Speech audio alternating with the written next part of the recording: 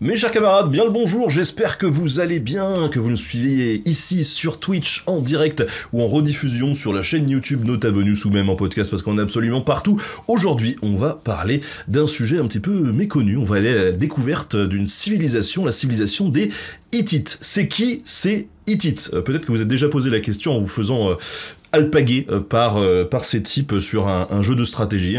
Peut-être que vous vous êtes fait éclater par les Hittites et vous ne savez pas qui c'est.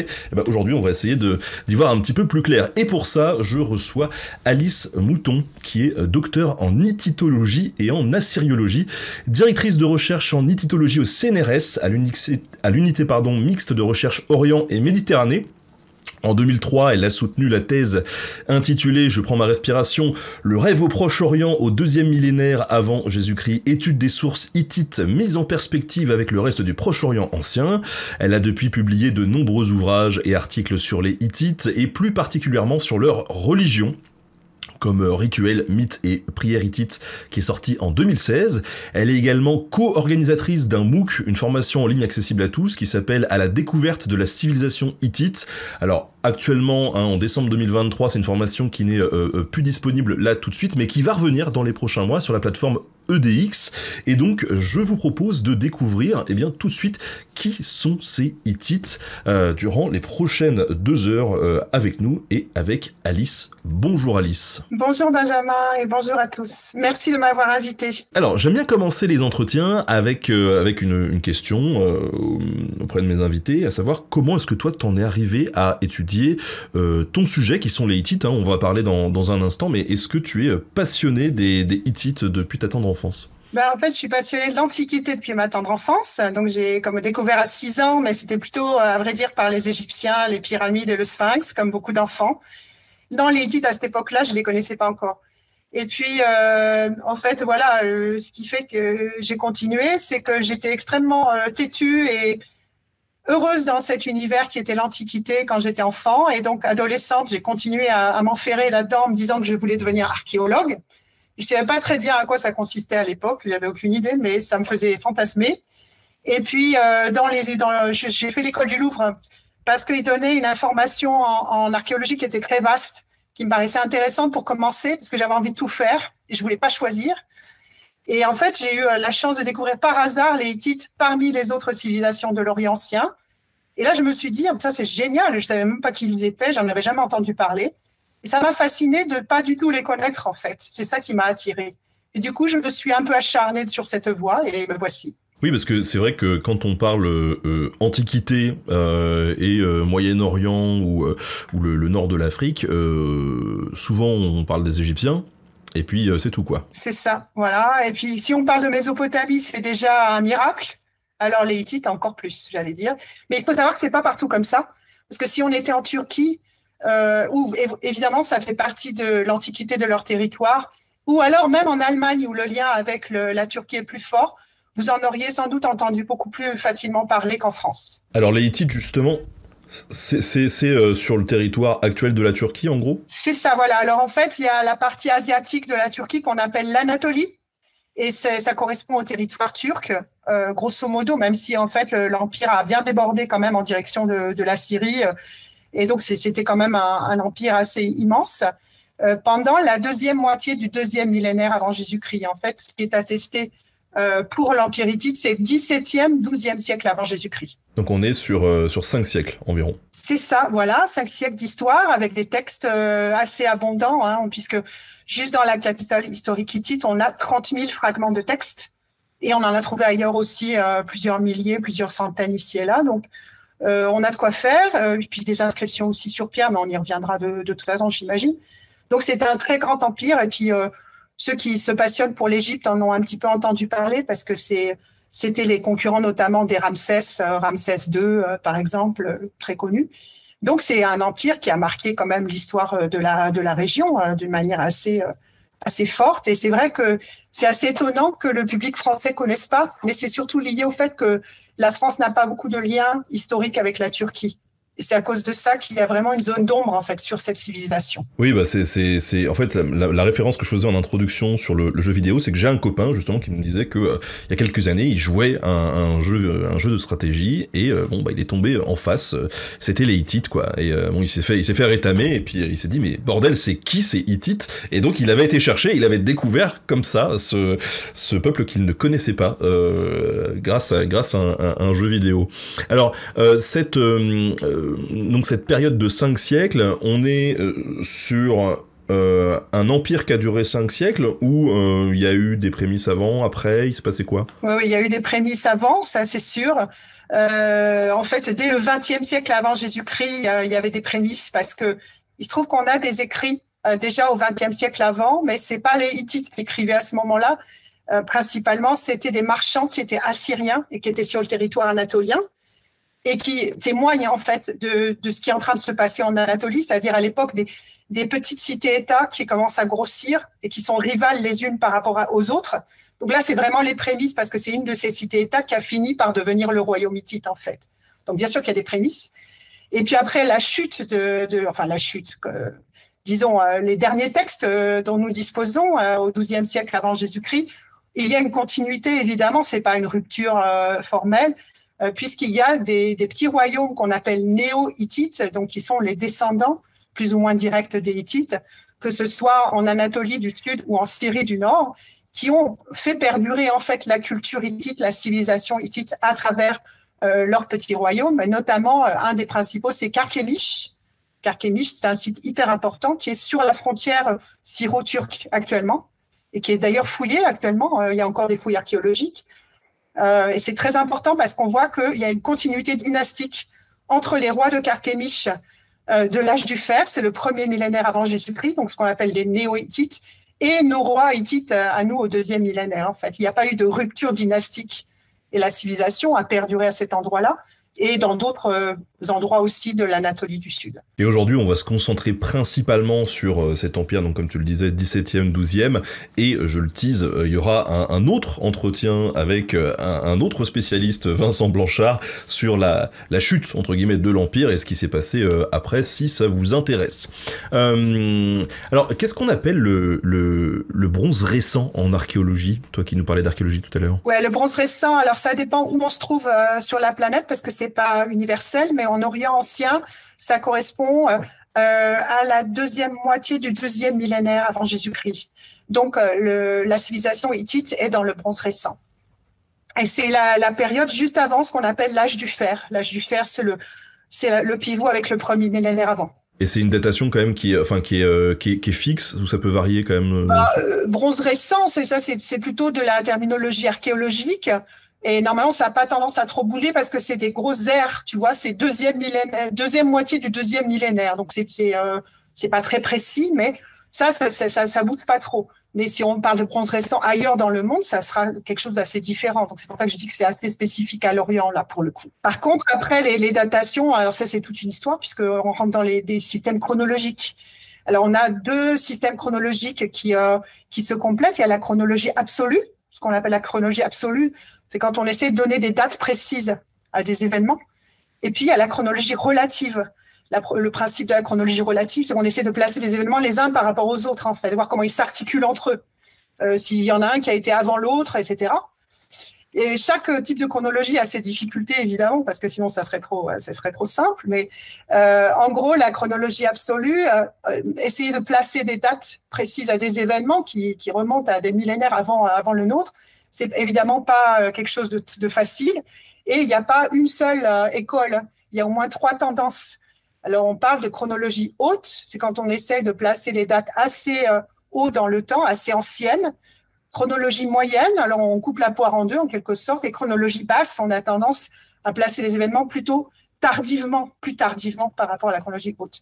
Et donc là, la tendance actuelle chez les historiens de l'Orient ancien, c'est de favoriser ce qu'on appelle la chronologie moyenne, c'est-à-dire cette espèce de compromis entre les deux tendances. Mais tout ça est très fragile parce que ça dépend pas uniquement de l'Anatolie hittite, évidemment, tout est connecté, alors que ce soit la chronologie de la Babylonie, que ce soit la chronologie du Levant et la chronologie de l'Égypte aussi, évidemment, puisque tous ces endroits sur la planète ont été en lien étroit. Donc, s'il y a une date qui bouge quelque part, elle fait bouger les dates de tous les autres aussi en même temps. Ouais, donc en gros, on borne ça à 17e, 12e, mais c'est un peu tangent, voilà. Voilà, exactement, et ça peut bouger à 50 ans près ou un peu plus. Voilà, pour la chronologie absolue. Moi, personnellement, je préfère utiliser la chronologie relative. Si déjà on arrive à se retrouver dans les événements, savoir lequel est intervenu avant un autre événement, c'est déjà pas mal. Et après, les chiffres, ils vont bouger forcément. Alors, avant de rentrer dans le vif du sujet, vous l'avez compris, là, on est en train de contextualiser un peu tout le truc et puis de vous apporter les définitions pour qu'on s'y retrouve, hein, à tous ceux qui nous écoutent. En préparant l'émission, il y a eu un petit point à faire, d'un point de vue vocabulaire, justement, sur le fait que ça soit un empire hittite ou un royaume hittite. Bah oui, c'est ça. Et en fait, c'est complètement arbitraire parce que les textes hittites ne parlent précisément ni de l'un ni de l'autre, en fait. Donc ça, c'est vraiment les historiens qui utilisent ce vocabulaire-là. Donc royaume, en gros, c'est quoi un royaume? C'est une entité politique dont un roi est à la tête. Et c'est le roi qui est à la tête d'une entité politique, quelle que soit la taille de l'entité. Alors que l'empire est censé être plus gros, c'est censé être quelque chose de plus grand. Et du coup, de roi, il devient empereur. Mais en fait, nous, on n'a pas de terminologie comme ça dans les textes hittites. Les rois hittites sont jamais appelés empereurs. On n'a pas de terme comme ça. Donc, roi, oui, on a le terme pour roi. Donc, parler de royaume, il n'y a pas de problème. Parler d'empire, c'est complètement arbitraire. Et en fait, c'est pour montrer qu'à un moment donné, le royaume hittite est devenu immense. Et donc, bien au-delà d'un petit royaume local, il est devenu un empire dans le sens que son territoire était absolument gigantesque. Et finalement, c'est pas complètement faux. J'ai vérifié même dans le dictionnaire, on a le droit de parler d'empire, même si le souverain de l'empire ne se définit pas comme empereur, ça dépend de la taille en fait de son royaume. Donc c'est pas complètement faux. Donc nous, ce qu'on fait, c'est que traditionnellement, on parle de royaume au début quand c'est pas encore très gros, et on parle d'empire quand vraiment le territoire hittite est devenu immense. Donc c'est plutôt le XIIIe siècle. En fait, l'époque qu'on appelle empire aujourd'hui, d'après les dernières tendances des historiens, c'est 1420 à peu près avant Jésus-Christ. Et avant, c'est ce qu'on appelle l'ancien royaume. Donc voilà, en gros, la différence, c'est ça, c'est la taille. C'est la taille du royaume, du territoire contrôlé par le roi hittite. D'ailleurs, il vient d'où le mot hittite? Oui, ça, c'est une histoire un peu compliquée en fait, parce que c'est en français, bricolé à partir d'un terme qui vient de l'Ancien Testament, donc qui vient de l'hébreu, qui lui-même a été récupéré en fait par des textes plutôt néo-assyriens, des textes du monde mésopotamien, on va dire, qui est le mot Hatti. Et Hatti désignait en fait une zone de l'Anatolie hittite qui était au cœur historique et géographique du royaume au départ. Mais il faut savoir qu'en fait, les Hittites eux-mêmes ne se définissaient pas comme ça. Ils se définissaient simplement comme les gens du pays Hatti ou bien les gens du pays de Hattusa. Et Hattusa, c'était la capitale historique. Donc, Hittite, c'est un bricolage moderne, en fait, via la Bible, pour simplifier, de quelque chose qu'eux-mêmes n'avaient pas défini. C'est-à-dire qu'il n'y a pas de définition ethnique dans les textes hittites, en fait. Ils sont tous les hommes du pays de Hattusa ou les hommes du pays Hatti. C'est comme ça qu'ils se définissent. Et alors tu disais que leur empire, on va utiliser ce mot du coup, était immense. En gros, ça correspond à quoi aujourd'hui? Alors on parlait de la Turquie, mais... Voilà, alors donc moi je parlais de la partie asiatique de la Turquie qu'on appelle l'Anatolie. Donc ça, on peut dire que ça couvrait quasiment l'ensemble de l'Anatolie, donc c'est très très grand hein, déjà. Et puis vers le sud, ils sont allés jusqu'au milieu de la Syrie actuelle. Donc, ils sont quand même bien descendus vers le sud. Et au niveau de l'ouest, ils sont arrivés jusqu'à la côte, en fait, de la Turquie actuelle. Donc, c'est un empire assez gigantesque, effectivement, comparativement. Quand on regarde les autres royaumes de l'époque, c'est un des plus grands. Et alors, cet empire, il était puissant? Extrêmement puissant. Et donc, il faut savoir que dès les débuts, dès le XVIe siècle avant Jésus-Christ, où on a quand même, c'est bien documenté, je veux dire le XVIe siècle, les rois voisins ont bien compris qu'il fallait faire avec cette puissance. Et les Égyptiens se sont intéressés aussi à cette puissance, parce qu'ils vont être en fait en concurrence sur le territoire levantin et syrien, C'est-à-dire que les Anatoliens, donc les rois hittites, veulent étendre leur territoire vers le sud, en direction de la Syrie, et les Égyptiens veulent étendre leur territoire vers le nord, vers la Syrie. Donc, ils vont se croiser au niveau de la Syrie et du Levant. Et donc, ça va être des concurrents absolument incontournables. Et si ce n'est pas des concurrents, c'est des alliés. Mais à tour de rôle, évidemment, en alternance, c'est l'histoire de l'humanité. Et donc, il va y avoir tantôt des conflits armés, des guerres, et tantôt aussi des arrangements, des alliances diplomatiques et même des mariages dynastiques. Donc, il va y avoir des princesses babyloniennes mariées à des rois hittites, des princesses hittites mariées à des Égyptiens, à des pharaons égyptiens. Et ça montre bien que, oui, l'Empire hittite était absolument incontournable au 2e millénaire dans cette région. Ouais, ce qui rend d'autant plus fou que ça soit assez méconnu dans le monde francophone, quoi. Oui, mais comme je te dis, c'est surtout lié à l'absence de lien, en fait, entre la France et la Turquie. C'est principalement ça. Hein. On voit bien qu'on n'a pas la même vision de l'histoire de l'Antiquité selon l'endroit où on est né, en fait. C'est ça qui est intéressant. Ouais, c'est clair. Et alors, cette histoire des Hittites, tu nous disais que du coup, la période dite vraiment de l'Empire, c'était du coup le 15e siècle, c'est ça, avant notre ère ? 1420 à peu près, oui.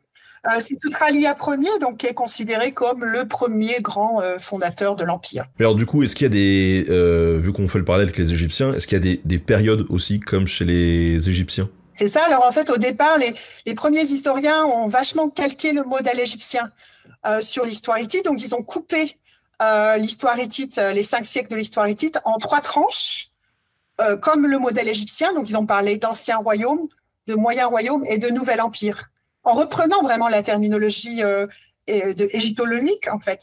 Et puis, la tendance a changé ces dernières années, donc ça remonte à une grosse dizaine d'années, où on a réalisé que parler de moyens royaumes, c'était une aberration au niveau historique, parce qu'il n'y avait pas eu de rupture, en fait, que c'était l'ancien royaume qui continuait simplement, et qu'il était peut-être temps de passer à autre chose. Donc, les historiens aujourd'hui coupent l'histoire plutôt en 2 morceaux, l'ancien royaume d'un côté et l'empire de l'autre, pour montrer en fait vraiment la distinction entre un royaume plutôt encore renfermé sur lui-même, enfin même s'il était déjà assez important au XVe siècle, mais avec vraiment une poussée expansionniste, vraiment l'envie de conquérir beaucoup plus de territoire à l'époque impériale.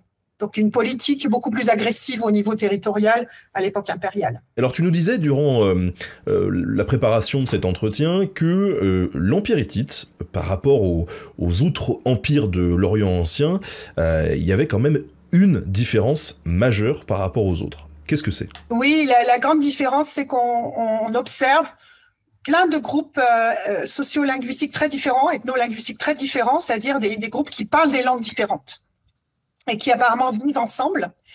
Et ça, c'est dès la constitution en fait du royaume, c'est-à-dire dès les prémices, on a plusieurs groupes linguistiques qui cohabitent et avec des phénomènes. Donc ça, c'est les linguistes qui étudient ça, des phénomènes d'hybridation. Donc c'est-à-dire que les langues vont être en contact et vont s'influencer les unes les autres dès le tout début du 2e millénaire avant Jésus-Christ.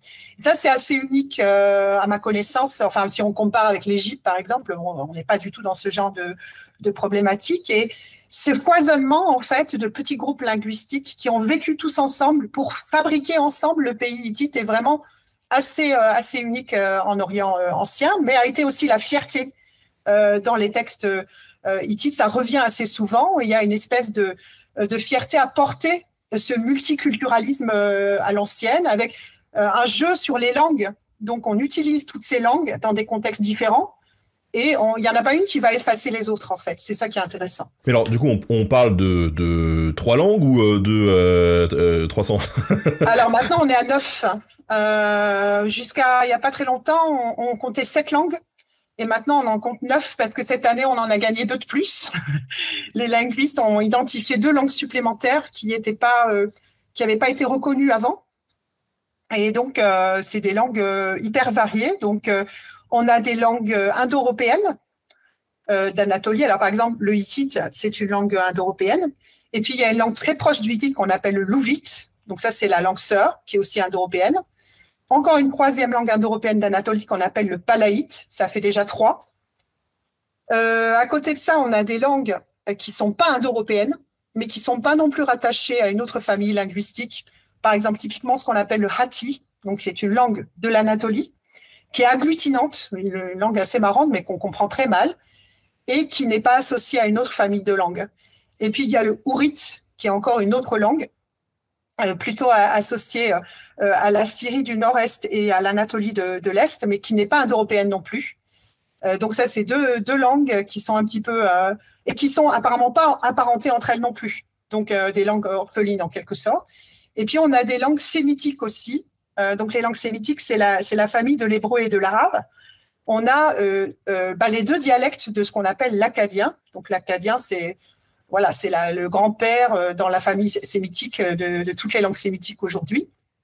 Avec d'un côté le dialecte du Nord qu'on appelle l'assyrien en un seul mot.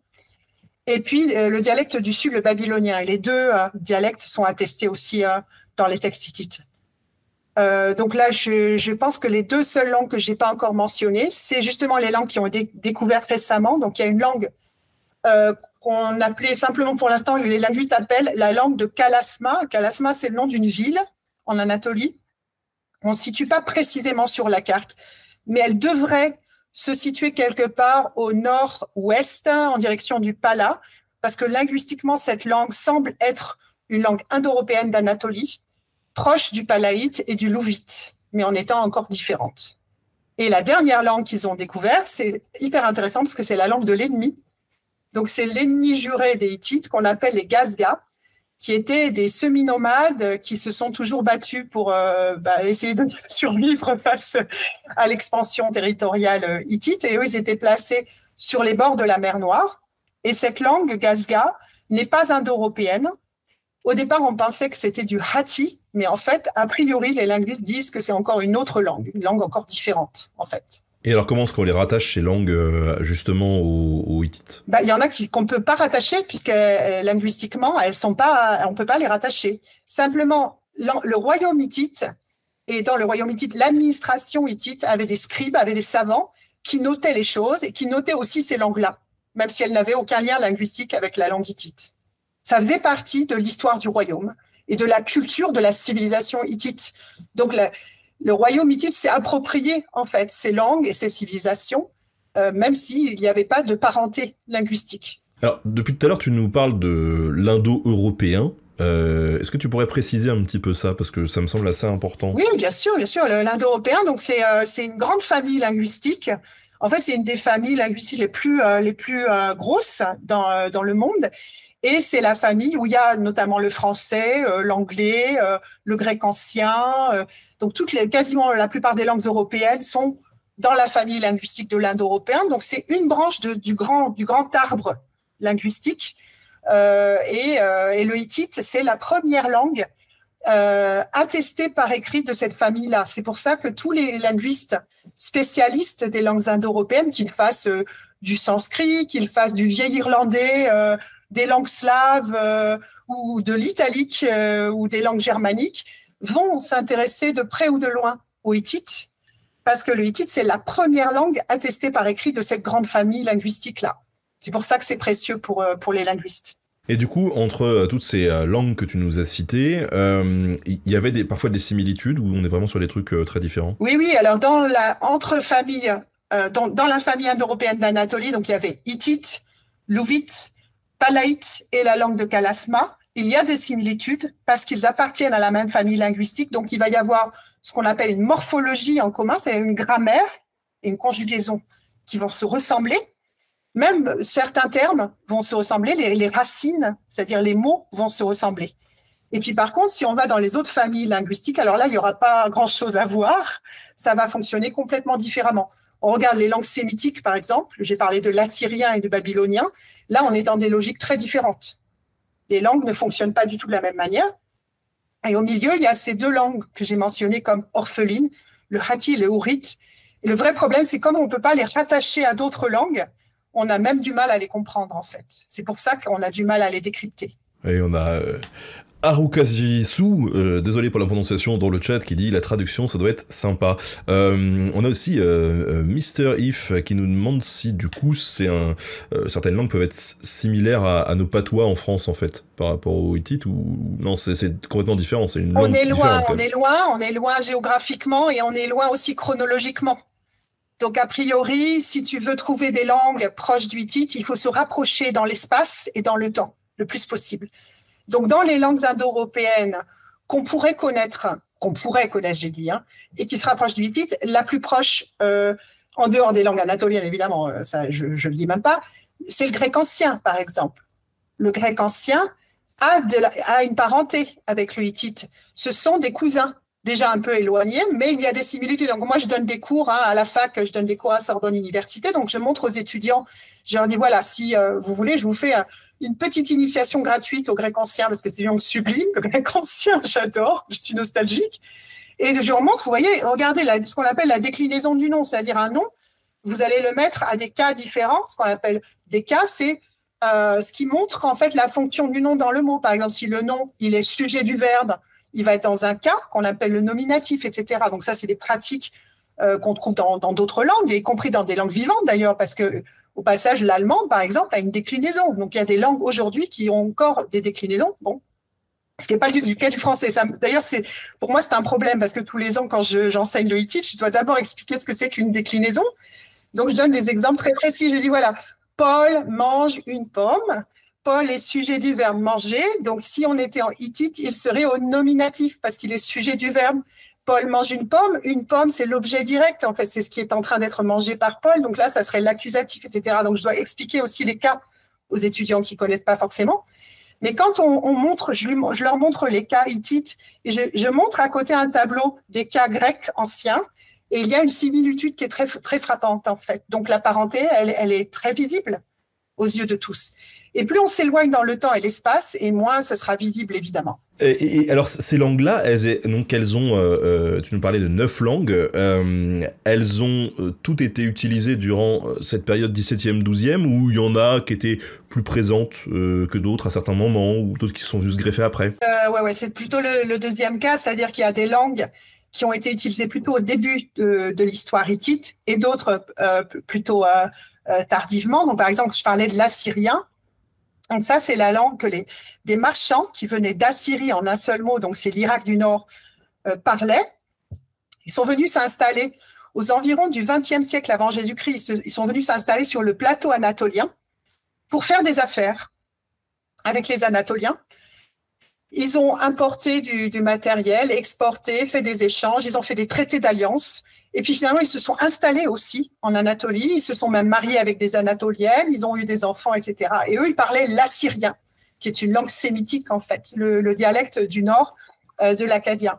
Ça, c'est une langue qui, évidemment, n'a pas perduré à partir du moment où le hittite est devenu la langue officielle du royaume hittite, parce que le royaume hittite est devenu unifié et a commencé à grossir de manière centralisée.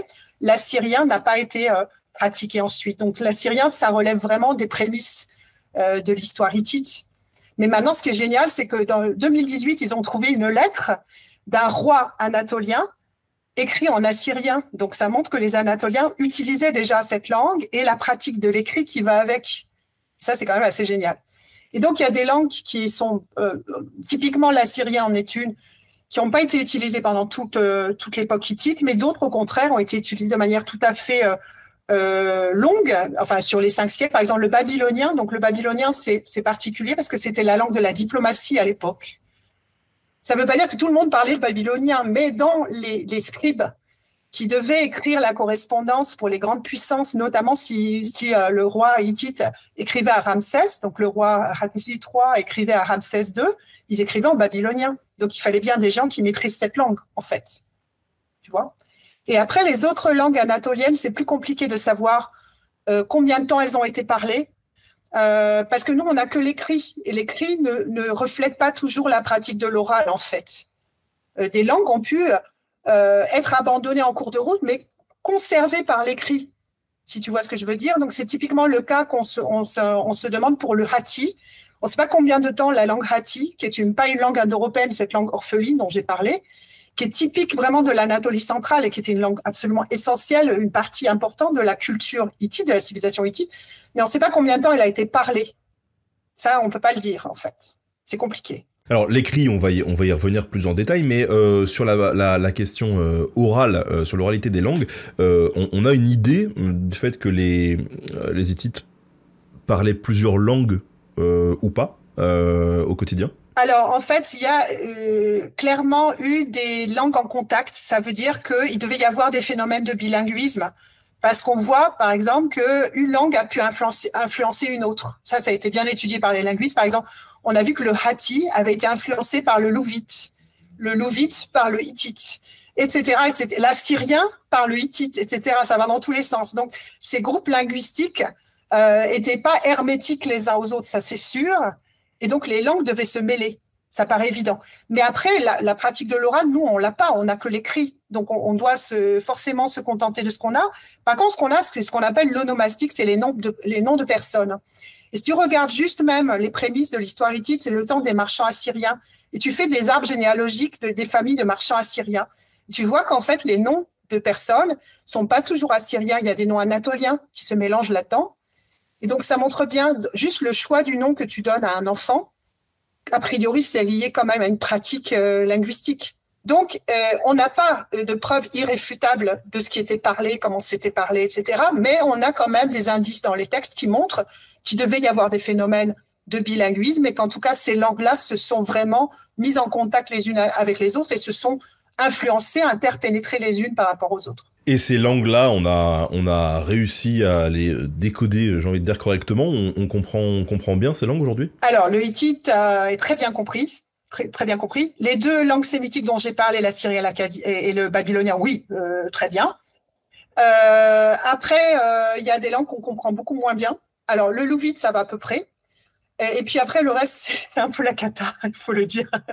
Le palaïte, c'est pas joyeux. Le hourite, c'est très dur. Et le hatti, c'est vraiment un casse-tête. Donc, moi, j'ai des collègues qui passent leur vie à ça, essayer de décrypter ces langues. Et je les trouve héroïques. Il faut l'être un peu pour faire ces choses-là. Moi, c'est pas ma spécialité. Je suis pas linguiste. Moi, je travaille sur la religion, donc chacun son domaine. Moi, ce que je vois, c'est que mes textes, je les comprends. Donc, ça va, on s'en sort. Avec évidemment toujours des zones d'ombre. On travaille sur l'Antiquité. Tu sais, même pour le grec ancien, ils ont encore des problèmes. Ce qu'on appelle philologique, c'est des problèmes de langue, des problèmes de traduction, de compréhension, d'interprétation. Même en latin, ils ont des débats sur l'interprétation de tel ou tel terme. Donc, plus tu remontes dans le temps et plus tu en auras des débats. C'est normal.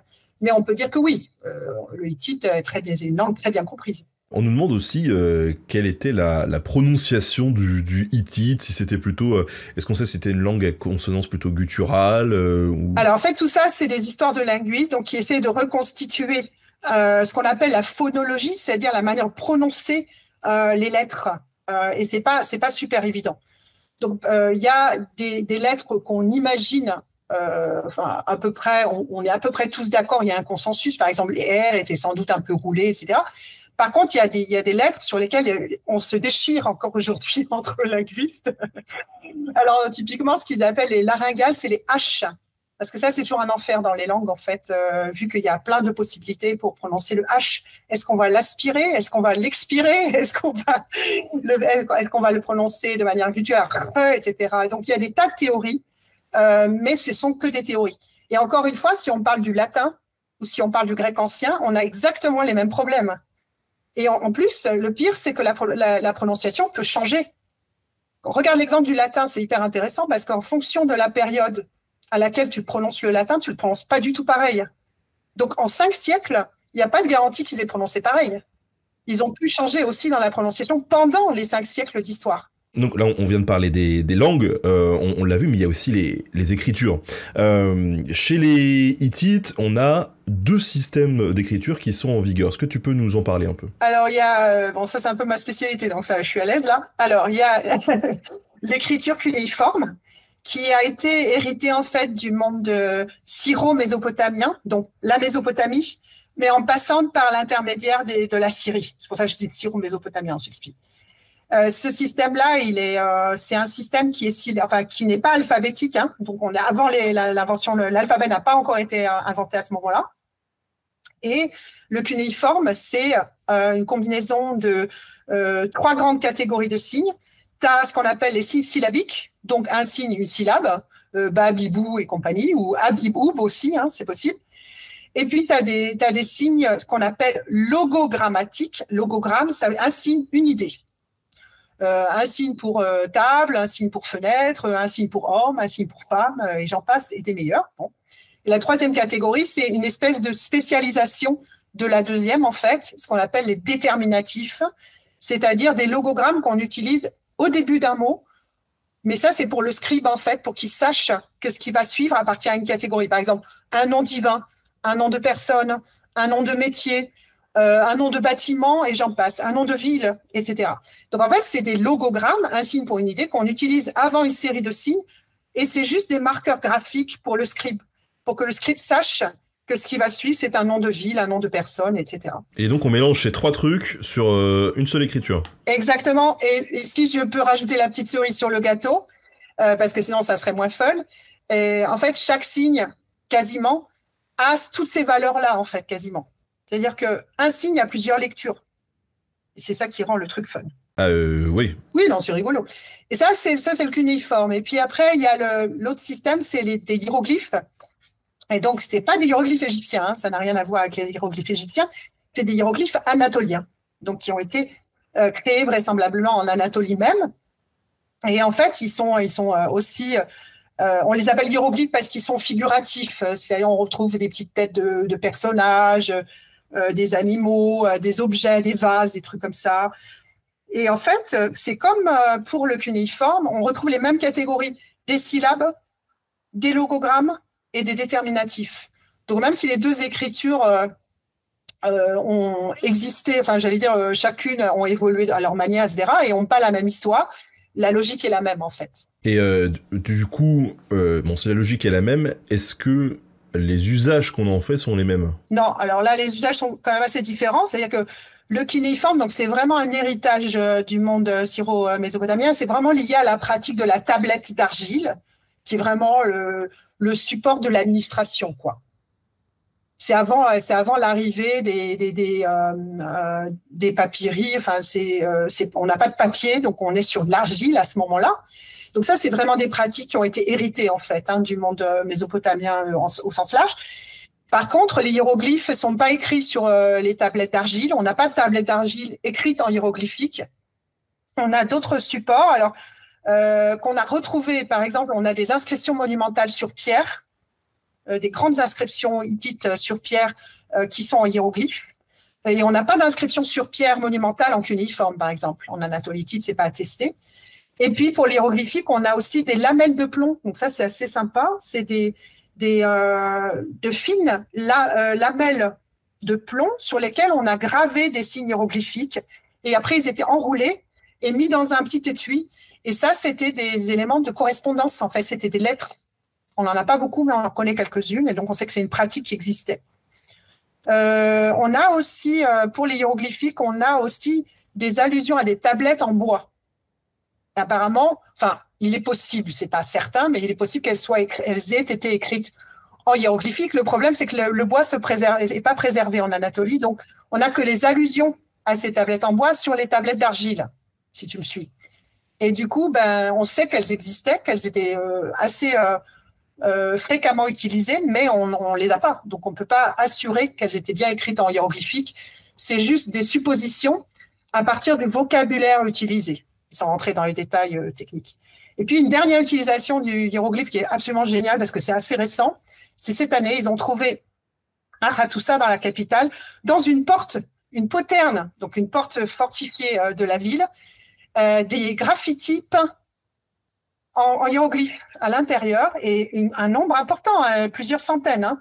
Et donc, moi, je les ai vus là parce qu'on était en Turquie il n'y a pas longtemps, en septembre dernier, et c'est vraiment impressionnant de voir ça, quoi, de voir des graffitis peints hittites. J'avoue que c'était un moment hyper émouvant. Et on était au fin fond de la poterne avec nos lampes et tout ça. Là, c'était dingue. Et donc, ça, c'est la première fois qu'on trouve ça parce que, évidemment, la peinture se dégrade très facilement. Mais la poterne, donc cette porte fortifiée, est très, très longue. C'est un grand couloir.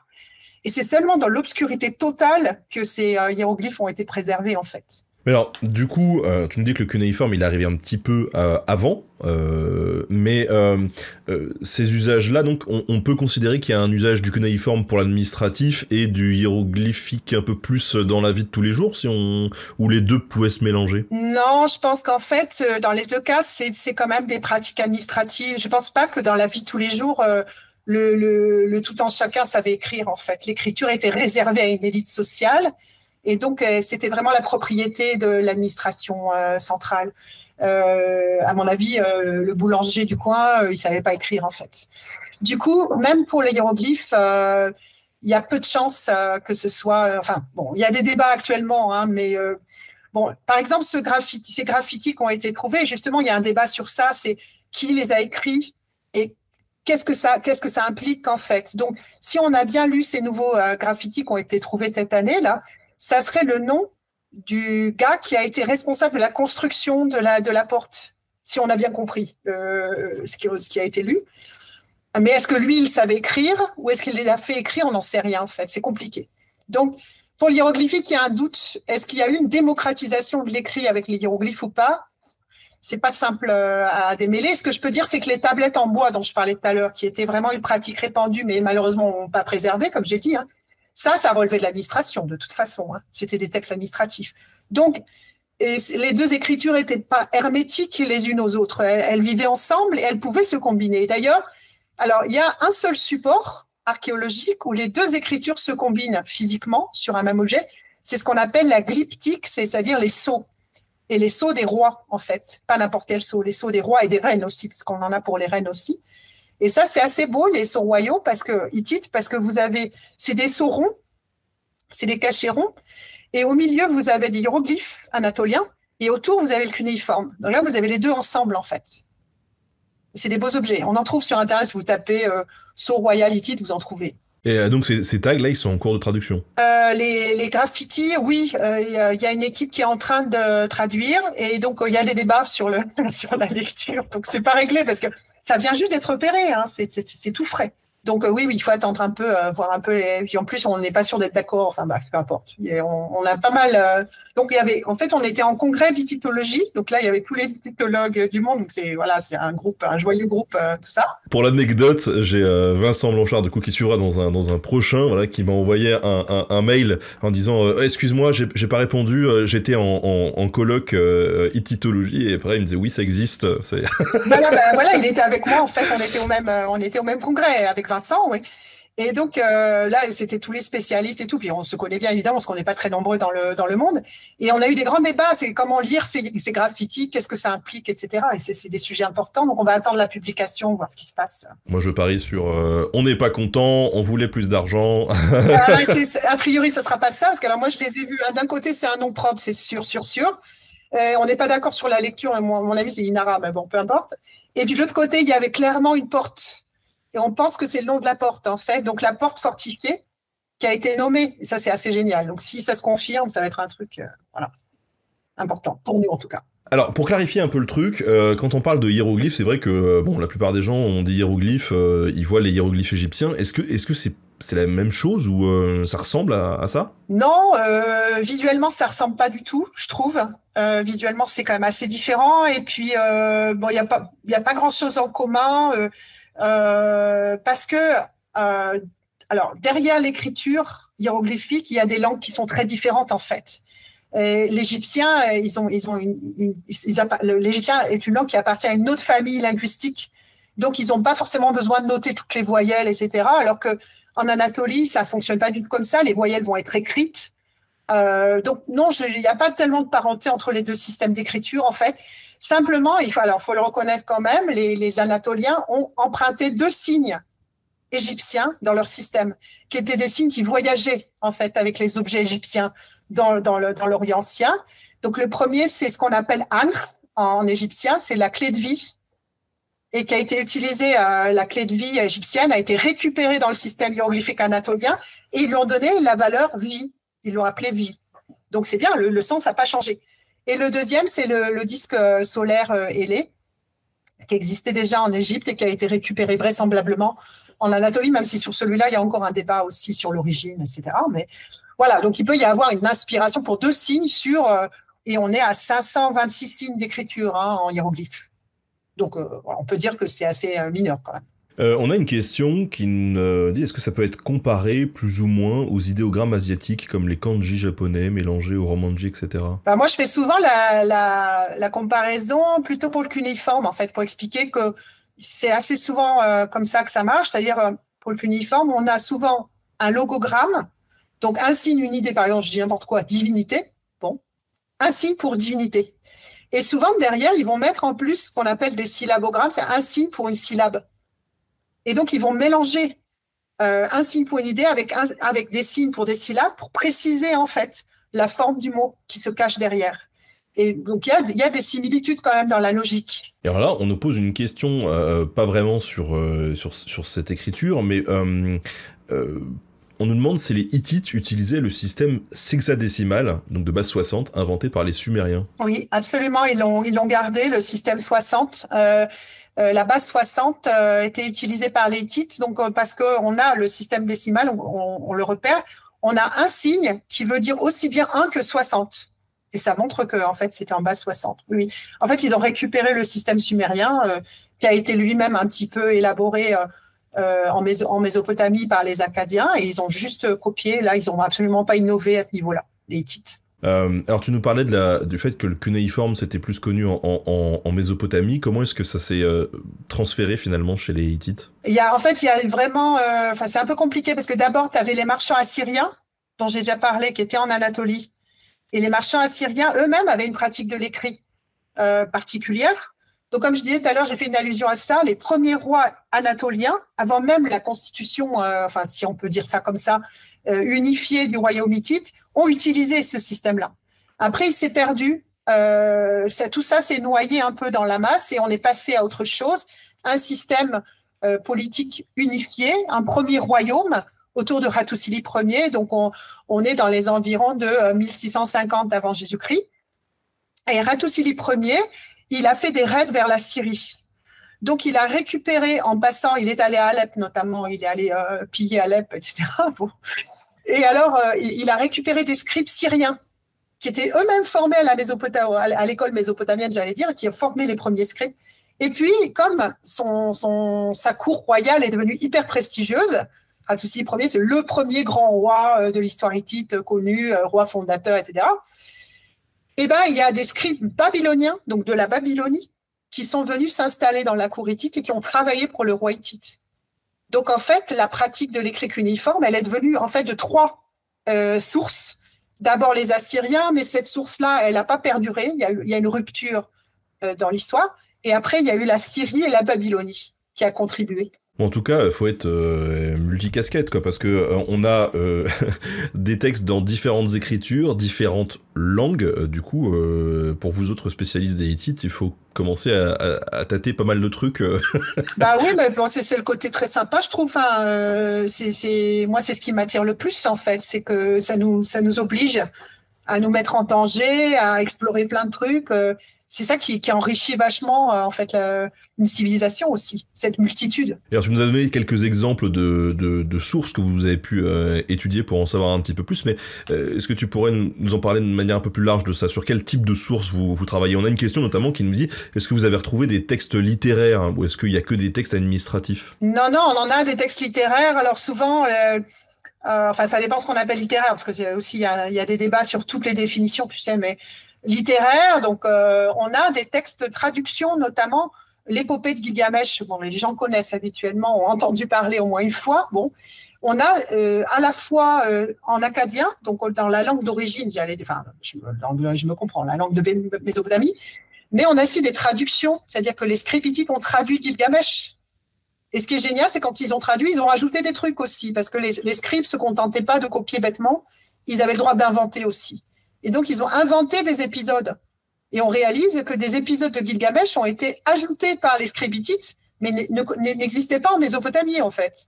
Donc, c'est hyper intéressant de voir l'inventivité des scribes hittites. Et puis, on a, après, on appelle ça littérature ou pas, c'est un débat, hein, mais on a des textes mythologiques qui sont quand même extrêmement élaborés et qui, à mon avis, relèvent quand même de la littérature, en fait.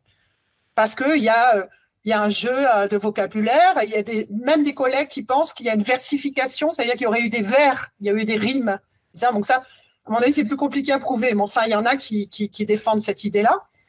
Et dans ces textes mythologiques, on voit toutes les influences culturelles du royaume hittite. Il y a des choses en ourite, il y a des choses en hatti, tout ça se mélange joyeusement. Et ça crée de la littérature, bien sûr, très élaborée, très raffinée, et souvent en lien quand même avec la religion, parce que bon, le sujet religieux est vraiment central dans ces civilisations-là, en fait. Oui, on en reparlera après. Alors du coup, comment ça fonctionnait, cet empire hittite? Oui, alors au niveau politique, administratif, on voit que la personne du roi, c'est vraiment la personne centrale. Symboliquement, il est au cœur de tout ça. Les textes disent qu'il se considérait comme un simple gouverneur du pays et que les vrais rois, c'étaient les dieux qu'il représentait sur Terre, en quelque sorte. Donc, il était une espèce d'émissaire divin. Enfin, c'est ce qu'il dit, en tout cas, c'est ce que les textes disent. Et autour de la personne du roi, il y avait des cercles concentriques qui se développaient, mais c'était extrêmement complexe, en commençant par sa famille, la famille royale, évidemment, qui avait un rôle tout à fait central dans la vie du royaume, ses épouses, parce qu'on est dans un système polygame, mais l'épouse principale, donc la reine principale, avait un rôle tout à fait central, quasi comparable à la sienne, en fait. Elle était omniprésente aussi. Et les enfants royaux, et après, on fait encore des cercles concentriques, on ouvre encore les cousins, toute la famille, etc. Et ça fait une immense machine administrative autour de la personne du roi, qui est l'administration royale, où tout est centralisé, en fait. Et en théorie, tous ces gens doivent rendre des comptes au roi, en théorie. Symboliquement, le roi est le chef militaire, le chef des armées, il est le juge suprême, il est le chef de la religion aussi, du clergé, il est le prêtre de tous les dieux, disent les textes. Donc, il chapeaute toutes les grandes catégories de la vie économique, politique et sociale, en fait, de son royaume, en théorie. Mais il n'est pas divin en tant que tel, comme en Égypte, par exemple. Non, il n'a pas d'essence divine. Il y a un débat sur le moment de sa mort. Peut-être il se rapproche du divin après sa mort, mais de son vivant, il est un être humain.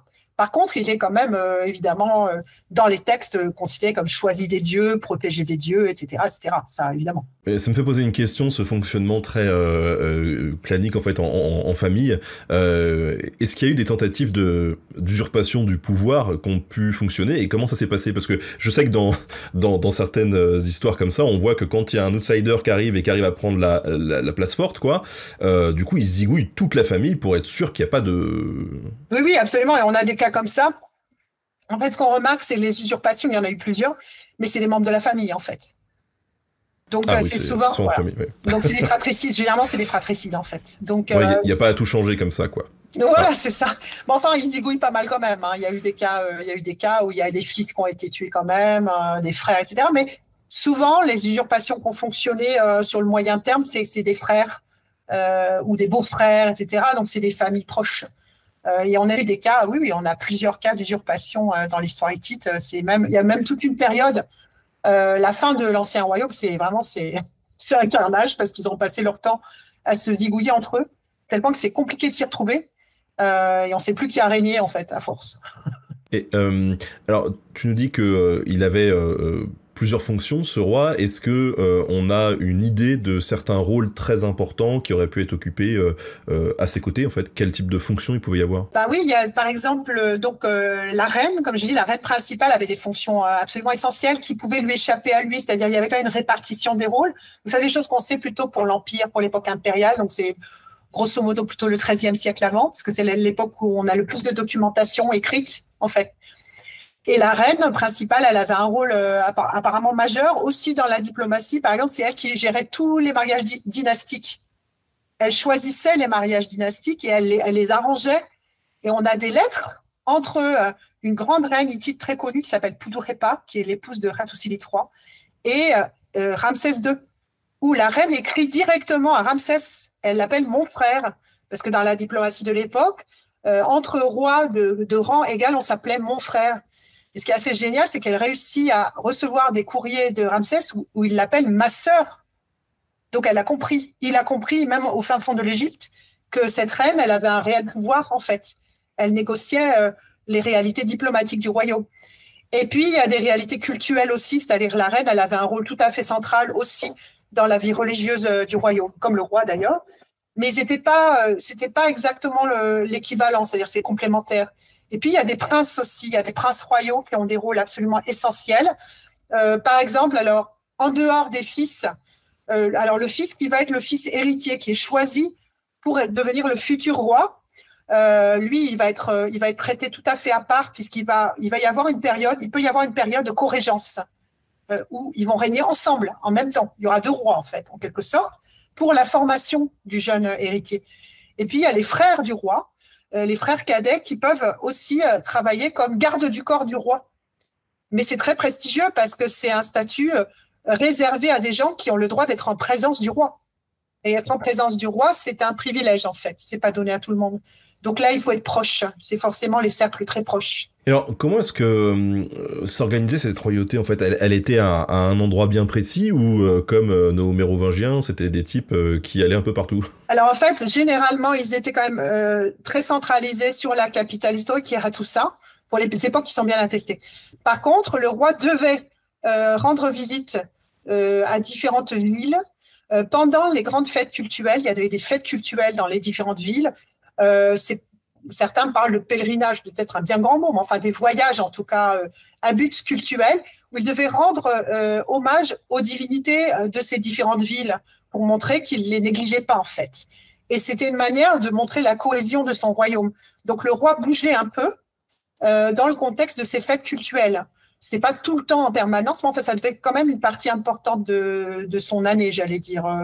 Donc, itinérant, peut-être pas à ce point-là, mais il y avait quand même une partie importante de déplacement culturel. Et donc, c'était en fait de la diplomatie déguisée derrière le culte et les fêtes, les grandes fêtes locales. Oui, on peut imaginer que si à un moment donné, il y a un peu de rififi avec une ville, qu'il décide d'aller rendre visite à une autre, peut-être, non? Oui, non, mais certainement. Et puis, il a quand même des administrateurs localement qui rendent des comptes réguliers. Hein. Donc, on a de la correspondance et tout. Donc, ils disent, voilà, là, il y a un problème, il se passe telle chose. Donc, soit, si vraiment c'est très grave, il fait intervenir quelqu'un, soit, etc. Mais la religion peut servir de prétexte aussi. Avec les fêtes cultuelles, c'est la bonne occasion aussi pour le roi de se montrer à ses administrés et aux habitants des villes provinciales. Et il va être là, il va dire que c'est toujours lui qui tient les rênes du pouvoir. Et donc, c'est quand même des événements importants. On nous demande s'il y a beaucoup de consanguinité dans cette idée de dynastie. Non, a priori non, parce que en fait, on sait, d'après plusieurs textes, on a des textes de traités, on a aussi, bon, je ne rentre pas dans les détails, mais des textes mythologiques, que l'inceste, notamment, était totalement interdit, mais même le mariage entre cousins était interdit. Voilà, donc parce qu'on a, par exemple, alors ça c'est très clair, on a un texte de traité. C'est d'ailleurs super intéressant parce que c'est un grand roi hittite avec un roi plutôt de l'Anatolie de l'Est, mais assez lointain quand même. Hein. Donc c'est un territoire nouvellement annexé. Et le petit roi du coin, là-bas au fin fond, il avait des pratiques différentes visiblement. Et le roi hittite lui dit, maintenant tu es hittite, donc tu fais plus des choses comme ça. On se marie pas entre cousins. C'est interdit, il lui dit. C'est tabou, c'est interdit. C'est de l'inceste. Pour nous, c'est de l'inceste. Il dit ça. Donc, dans le texte, c'est très clair. Hein. Visiblement, il est en train d'imposer ses règles, en fait, au nouveau vassal. Et on sait d'où ça vient ou pas? Parce que c'est vrai que, pour le coup, enfin, je compare, hein, mais c'est vrai qu'en Égypte, du coup, dans la mythologie, direct, ça pose pas problème pour eux, donc... D'où ça vient, non. Il n'y a pas vraiment moyen de savoir d'où ça vient. On n'a pas d'informations là-dessus. Par contre, on a ce texte mythologique qui est absolument génial, donc très, très ancien, visiblement, qui... illustre ce tabou sur l'inceste, en fait. Donc, j'ai le droit de raconter, j'en ai pour 2 secondes. Oui. Alors, c'est l'histoire d'une reine, parce que généralement, les étudiants adorent cette histoire. Donc, voilà, c'est pour faire kiffer les étudiants. C'est une reine au fin fond de l'Anatolie qui, un jour, accouche de 30 fils en même temps. Ouais. Pêcheur, comme on dit dans le sud, pêcheur. Vraiment, ça doit pas être joyeux, mais c'est ça. L'histoire dit qu'elle a accouché de 30 fils en même temps. Bon. Et elle n'est pas contente, donc elle les abandonne tous sur des couffins, sur un fleuve. Allez, dégagez. Bon. Et l'histoire, c'est de la mythologie, hein, les 30 fils sont récupérés, dit le texte, par les divinités. Les divinités les prennent en charge dans une autre ville au fin fond de l'embouchure du fleuve, vraisemblablement sur la mer Noire, enfin sur le bord de la mer Noire. Et ils les élèvent et tout ça et tout ça. Et les fils grandissent, les 30 fils grandissent. Et puis en grandissant, ils s'interrogent sur leurs origines. Ils commencent à dire, mais alors, qui sont nos parents, tout ça. Bon. Et là, ils se baladent, ils cherchent leurs parents en fait, alors, leur mère en particulier, et ils se baladent dans une ville qui leur dit, notre reine, entre-temps, a accouché de 30 filles en une seule fois aussi. Alors, ils se disent, ah, ça, c'est dingue, parce que nous, on était 30 et on est tous nés en même temps. Donc, ça doit être notre mère. Nous avons trouvé notre mère, dit le texte. Alors, ils vont à la recherche de leur mère dans cette ville en question. Et là, comme les dieux sont un petit peu taquins, ils changent, dit le texte, enfin, si on a bien compris, peu importe le détail, ils changent l'apparence des fils, de sorte que la mère ne reconnaît pas ses propres fils. Alors, qu'est-ce qu'elle fait? Elle donne ses 30 filles en mariage à ses 30 fils. Et là, le petit dernier, parce qu'ils sont tous nés en même temps, mais il y a quand même un petit dernier, et le petit dernier dit, ah non, non, non, il ne faut pas faire ça, c'est nos sœurs. Et là, le texte, paf, est fini. C'est-à-dire, on est sur des tablettes d'argile, hein, donc forcément, ça casse. Voilà. Il y avait plus de budget pour finir l'histoire. Voilà. On nous demande quand même s'il pouvait y avoir des mariages arrangés pour avoir plus de pouvoir sur une région. Oui, alors on oui, bien sûr, les mariages arrangés, ce que j'appelle les mariages dynastiques. Hein. Donc oui, c'est des mariages arrangés. Alors, il y a quand même un complexe palatial, c'est-à-dire un endroit où réside le roi. Oui, oui. Donc il y a un palais royal, mais il y a aussi toutes les annexes de tous les serviteurs du roi, parce que comme j'ai dit tout à l'heure, c'est une immense machine. Et en fait, le complexe palatial, c'est ça, c'est le palais avec toutes les annexes, et ça fait en fait un quartier complet dans la ville de Hattusa, qui est bien connu des archéologues, parce que c'est un des premiers qui a été fouillé à Hattusa. Et c'est une ville dans la ville, en fait. Et il a même sa propre fortification à l'intérieur de la ville. Et c'est très complexe. Donc, ils peuvent quasiment vivre en circuit fermé, en fait, s'ils le souhaitent. Du coup, est-ce qu'on a une idée des infrastructures à l'intérieur, du coup, vu qu'on connaît bien ça ressemble à quoi? En fait, oui. Donc, on a l'architecture qu'on connaît bien, parce que les archéologues fouillent là depuis très, très longtemps. Donc, c'est une zone de Hattusa qui est fouillée... qui a été refouillé il n'y a pas très longtemps en fait par les archéologues. C'est les Allemands qui fouillent à tout ça depuis très longtemps. Après, la difficulté du point de vue archéologique pur, c'est d'attribuer des fonctions aux différentes structures architecturales. C'est pas super simple. Et là, heureusement pour eux, il y a les textes, hein, parce que nous on a des textes. Et donc dans les textes, on a c'est un texte que j'ai étudié avec mes étudiants il y a quelques années. C'était un truc assez génial en fait. C'est les instructions des gardes du corps du roi. Et il nous montre le quotidien des gens qui vivaient là, en fait, qui travaillaient là, avec les portes, avec toutes les règles, les protocoles. C'était hyper complexe. Et en fait, on a fait ce travail avec un ami archéologue. On a essayé de mettre sur la carte, enfin la carte du quartier, là, du complexe palatial, ce que les textes décrivaient.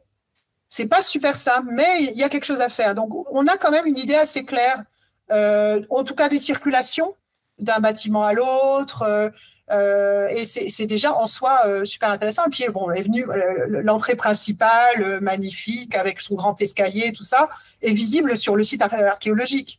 Donc moi, je peux qu'encourager tout le monde à aller à Hattusa, visiter le site en Turquie, parce que c'est grandiose, hein. C'est un site absolument sublime. Alors, ce palais, il y en a un dans la capitale. Est-ce que il y a des infrastructures qui sont créées pour le roi et sa famille dans d'autres villes pour les accueillir? Alors, en fait, oui, il a des palais provinciaux qui sont des palais dans lesquels il va résider de manière temporaire quand il fait ses déplacements, plutôt dans le contexte cultuel, a priori. Donc, c'est pour fêter des fêtes cultuelles, mais enfin, c'est très important parce que, comme je disais tout à l'heure, ces fêtes cultuelles, c'est la cohésion du royaume, en fait. Donc, c'est politique avant tout. Et ces infrastructures, elles vont servir temporairement de résidence royale et le reste du temps, vraisemblablement, de centre administratif pour les gouverneurs locaux qui représentent, en fait, l'autorité royale. Donc, on en a pas mal dans les petites villes provinciales hittites. Et les textes les appellent d'ailleurs palais. Donc, clairement, cette fonction, elle est connue et elle est revendiquée aussi. Et alors dans ce palais principal, et peut-être ces palais aussi, bon, on imagine qu'il y a quand même pas mal de monde qui travaille. Quelles sont les fonctions que les gens occupent dans ces palais? Ben, il y a tout, hein. Il y a tout ce que tu peux imaginer. Il y a des gardiens de porte, il y a évidemment beaucoup de sécurité, parce que, bon, surtout le complexe palatial, donc là, le roi habite là avec sa famille, hein, donc forcément, il doit y avoir des gardes du corps un peu partout. Et puis, toutes les titulatures militaires que tu peux imaginer. Donc, il y a les porteurs de lance en or. Le texte dit ça, donc c'est sûrement très impressionnant visuellement aussi.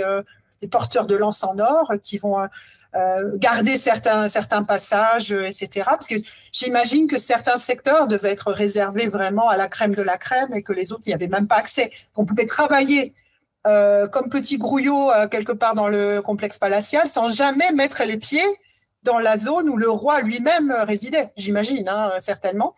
Il y avait sûrement des boulangers, il y avait des cuisiniers, tout ce que tu peux imaginer, y compris évidemment des scribes, hein, qui géraient l'administration, et il y a des bibliothèques. Bon, alors après, il y a des problèmes de terminologie, mais on a des tablettes, on a des textes trouvés en très grande quantité dans le complexe palatial. Donc, ils gardaient des traces écrites, toutes les opérations administratives, tout ce qui devait être conservé, tout ce qui devait échanger, etc. Et tout ça est très complexe et très foisonnant. Donc, on a pas mal d'informations, mais pour s'y retrouver, il faut vraiment faire un travail de fond gigantesque, hein, parce que les informations sont disséminées dans tous les textes, en fait. Donc, sur les 30 000 fragments de tablettes, juste à tout ça.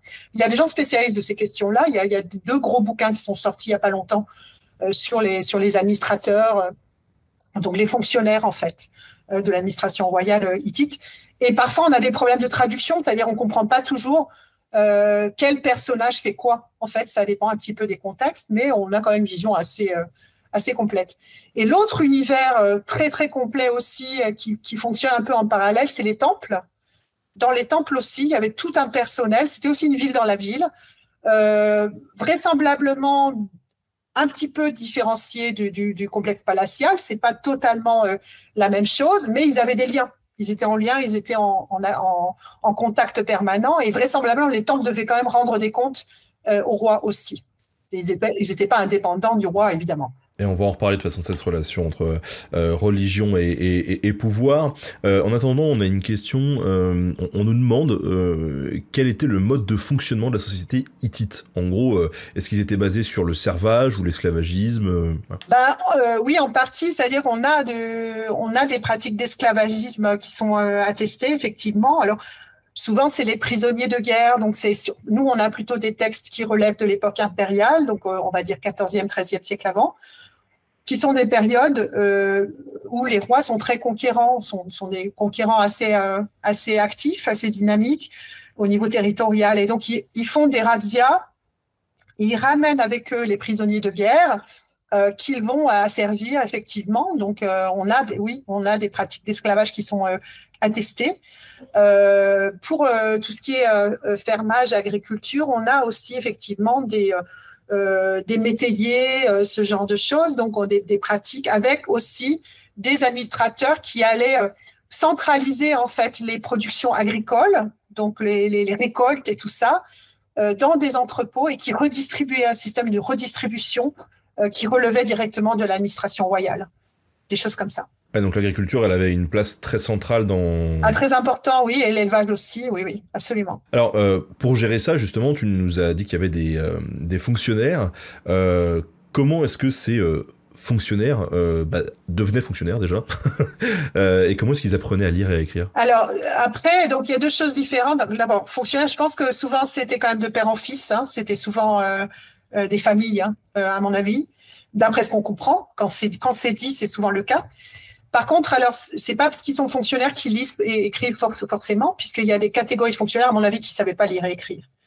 Donc là, pour l'écriture, c'est vraiment beaucoup plus spécifique à une élite sociale et intellectuelle, sans parler forcément de scribes seulement, mais surtout les scribes, évidemment, mais avec une petite sphère autour, peut-être certains devins, certains prêtres, sans doute aussi.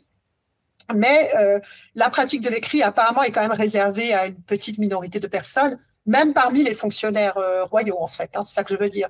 À mon avis, il y a beaucoup de fonctionnaires royaux qui savaient pas lire du tout, ni écrire. Et pour l'apprentissage de l'écriture, c'était aussi de père en fils, hein, c'était des familles. C'est ce qu'on voit, hein, ce que tous les travaux récents montrent, c'est des familles, en fait, qui se transmettent le savoir et qui se revendiquent d'ailleurs, hein, fils de, etc., sur les tablettes. Donc après, il y a des grandes écoles qui peuvent être parfois d'ailleurs en concurrence, ce qui est assez intéressant. On a ça pour le XIIIe siècle, de grandes familles, de grands cercles de scribes qui ont l'air de se faire un peu la compète. C'est assez amusant. Mais on voit qu'à l'intérieur, c'est des familles en fait qui héritent de ça, de ce savoir-là en fait. Et la question qu'on se pose, c'est est-ce que le roi lui-même savait lire et écrire? En fait, c'est pas super évident. C'est très compliqué de répondre à cette question parce qu'on n'a pas d'éléments concrets pour y répondre. Il pourrait avoir un petit peu des rudiments en fait de l'écriture sans être un grand lettré, etc. A priori, il n'avait pas besoin d'être un grand lettré parce il était toujours servi, il était toujours entouré de lettrés autour de lui, de scribes qui servaient aussi de messagers quand nécessaire, etc. Mais peut-être que des petits rudiments pouvaient avoir un intérêt et encore, ça se discute. C'est pas simple. Et alors, c'est le roi, du coup, qui est le chef de l'administration? Oui, il est chef de tout, en fait. Et donc, il est chef de toutes les sphères. Et il décide de ce qui se passe sur tout le territoire? Officiellement, oui. Après, ça, c'est symbolique. C'est-à-dire, symboliquement, il est au cœur de tout. Tout dépend de lui, de sa personne. Quel que soit le type de vie, que ce soit la vie religieuse, la vie administrative, la vie politique et économique, il est au centre de tout, symboliquement. Et après, évidemment, il va déléguer. Il va déléguer des gens qui le représentent. Donc, je parlais de gouverneur tout à l'heure. Ça, c'est la partie un peu politique, voire militaire, parfois aussi, sécuritaire. Et puis, il y a des administrateurs qui vont gérer aussi les affaires, que ce soit les affaires agricoles, que ce soit les affaires du temple, etc. Donc, mais tous doivent rendre des comptes au roi, officiellement. Les pairs sont des satrapes, c'est un peu la même genre de chose, ou non? Oui, avec la différence qu'ils avaient l'idée vraiment de coloniser des territoires étrangers et l'intégration de cultures complètement étrangères, etc. Chez les Hittites, c'est beaucoup plus centré quand même sur un territoire plus unifié, je dirais quand même. C'est juste ça la différence. Parce que bon, les satrapes, ils sont quand même allés très très très loin au niveau géographique. Alors, on a évoqué rapidement la religion à travers les temples. Du coup, on a bien compris que le roi était aussi un chef religieux, mais est-ce que du coup il y avait quelle était la relation entre cette religion et l'État? Est-ce que c'était très poreux ou est-ce que c'était chacun dans son coin? Non, en fait, le roi est vraiment. Alors, donc ça dépend de quelle religion on parle, mais si on parle de religion d'État, en fait, c'est le roi qui l'a fait vivre, en fait, puisque cette religion d'État, a priori, elle n'existe que autour de la personne royale, et si ça se trouve, elle intervient que dans le cadre de grandes fêtes cultuelles, donc ces grands événements, ces grandes cérémonies très prestigieuses où le roi va se montrer de loin à la populace, entouré évidemment de toute une série de gardes du corps. Et donc on a des textes qui montrent très bien ces grandes processions royales très bling bling où le roi arrive sur un char plaqué en or avec des il y a un texte que j'ai étudié il n'y a pas longtemps, c'est pour ça que je parle de ça, et il a des gardes du corps habillés en blanc, avec des lances en or à la main, et puis là, il intervient dans son rôle de grand berger, symboliquement, et alors il est aussi suivi par un troupeau de 300 moutons, dit le texte, avec des bergers pour s'occuper des moutons, etc. Bon, ça doit être un truc. Donc, quand il débarque, voilà, il faut que ça se voit, il faut que les gens se retournent. C'est son projet, quoi. Voilà, c'est ça. Donc, c'est ça. Et donc, il a ce rôle absolument central dans la vie religieuse et c'est lié évidemment à la vie politique, comme je disais tout à l'heure. C'est l'idée de dire, c'est moi le patron et je suis au cœur de la cohésion de ce royaume. Et alors, lui, il a le rôle de chef religieux. Tu disais que sa femme avait un rôle politique très important. Du coup, est-ce qu'elle aussi a un rôle religieux ou ses proches? Absolument, oui. Elle apparaît très souvent dans les fêtes cultuelles, parfois avec lui en couple, soit seule aussi. Il y a des cérémonies religieuses où c'est elle qui a le rôle central. Et donc, oui, l'épouse principale du roi a clairement un rôle très important aussi dans la vie religieuse. Donc tout ça relève de la religion d'État. C'est-à-dire, voilà, le discours officiel religieux relevant de l'administration royale.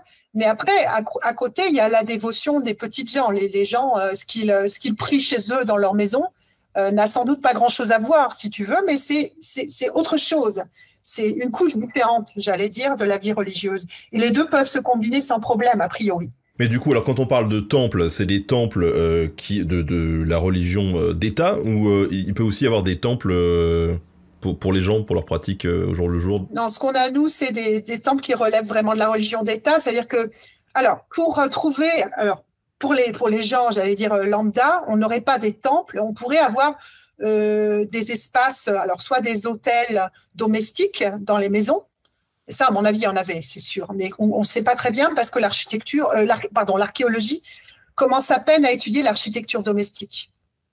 C'est quelque chose qui a été délaissé totalement pour l'archéologie hittite parce qu'ils étaient encore dans les fouilles des grands bâtiments d'État, à la recherche d'objets prestigieux, de belles tablettes et tout. Et les zones d'habitat ont été très peu étudiées. Ça commence à peine à être étudié, mais il y a des travaux récents qui sont super intéressants sur ces sujets-là. Et je suis à peu près certaine, d'ailleurs, on a des textes qui disent que dans les maisons, il y avait des hôtels domestiques.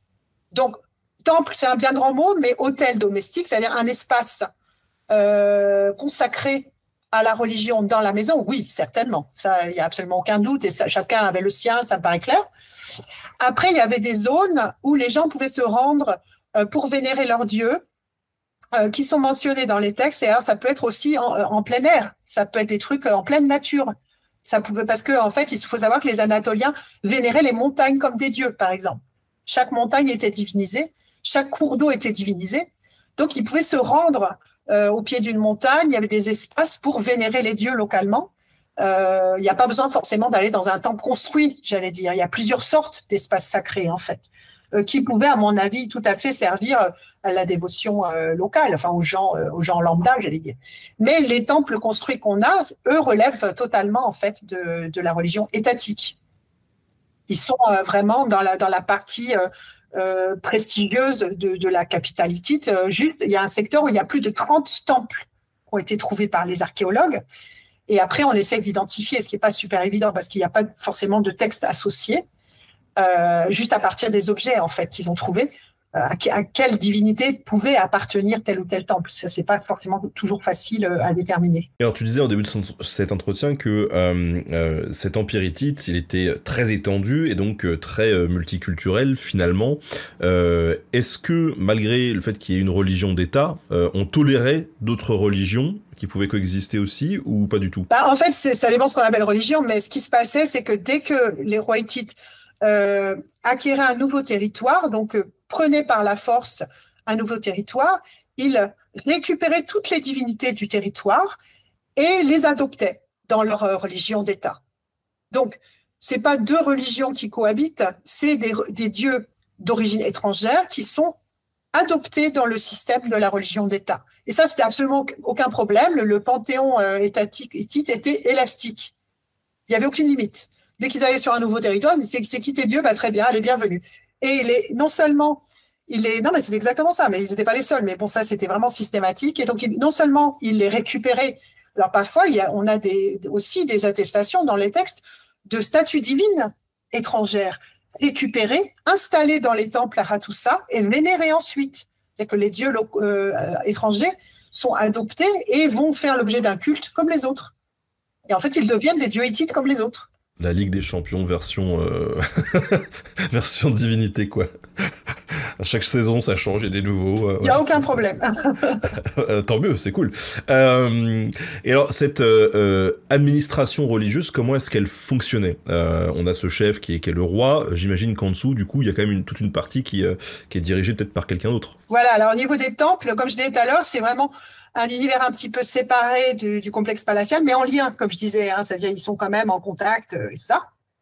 La dépendance est quand même relative par rapport à la sphère royale, mais on a des grands prêtres et des grandes prêtresses qui sont tout en haut de l'échelle et qui gèrent un peu leur univers. Donc c'est vraiment une ville dans la ville avec tout un personnel à leur service, mais en sachant qu'eux-mêmes se présentent comme les humbles serviteurs des divinités. C'est-à-dire, en fait, les temples sont considérés comme des palais divins.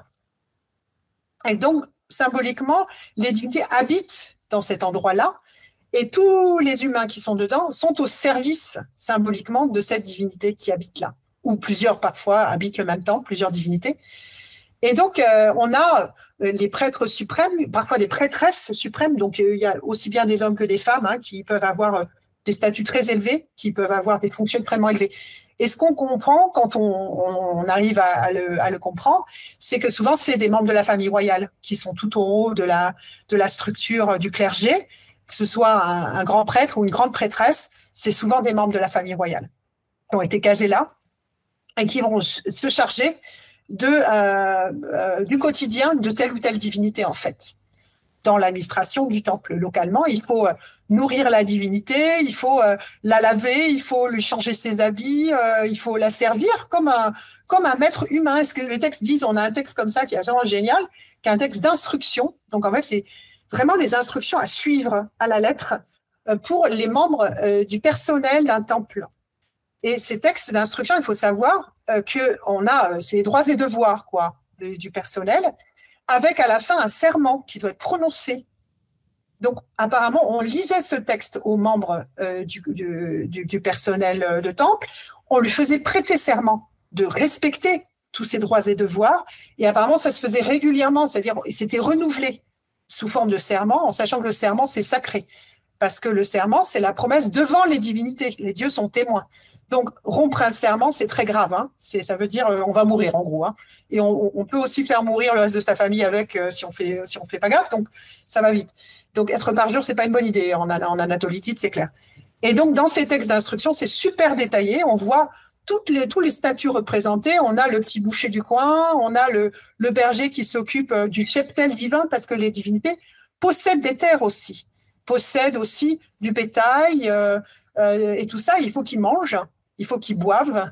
Et les divinités hittites sont quand même de sacrés fêtards. Donc, ils passent leur temps à manger et à boire. Et ils boivent beaucoup d'alcool, mais il ne faut pas le dire, mais c'est pourtant vrai. Et donc, les serviteurs les prêtres marchent pas toujours très droit, bizarrement. C'est ça, voilà. Donc, après, ils ont peut-être testé un petit peu avant de verser. Voilà, il y a des possibilités. Donc, en tout cas, tout ce personnel-là, qui est immense, c'est au service de la divinité, en fait. À temps plein ? Alors, ça, c'est compliqué à dire. A priori, oui, mais il y a quand même possibilité, d'après ce qu'on comprend dans ce texte d'instruction là, qui est très détaillé, de rentrer à la maison le soir. On n'est pas obligé de dormir sur place. C'est déjà pas mal. à part les gardiens. Il y a des gardiens qui, eux, sont obligés de veiller sur place. Donc, eux, ils dorment là, apparemment. Mais même les grands prêtres, les grandes prêtresses, ont le droit d'aller à la maison le soir. Donc, ils ont le droit d'avoir leur vie avec leur épouse, leurs enfants et tout ça. Et de revenir le lendemain matin travailler au temple, au boulot. C'est ça, quoi.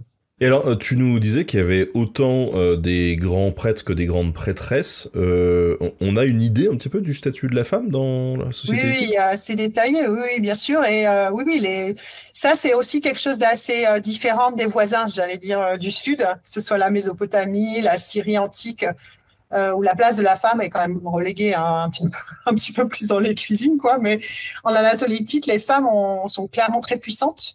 Alors, sans parler des reines, dont j'ai déjà parlé, la reine principale qui a un rôle absolument central, très symbolique, mais aussi réel, un vrai pouvoir. Mais on a aussi dans le reste de la population des femmes au pouvoir, aussi bien dans l'administration des temples. On a des grandes prêtresses qui sont mentionnées de manière tout à fait abondante.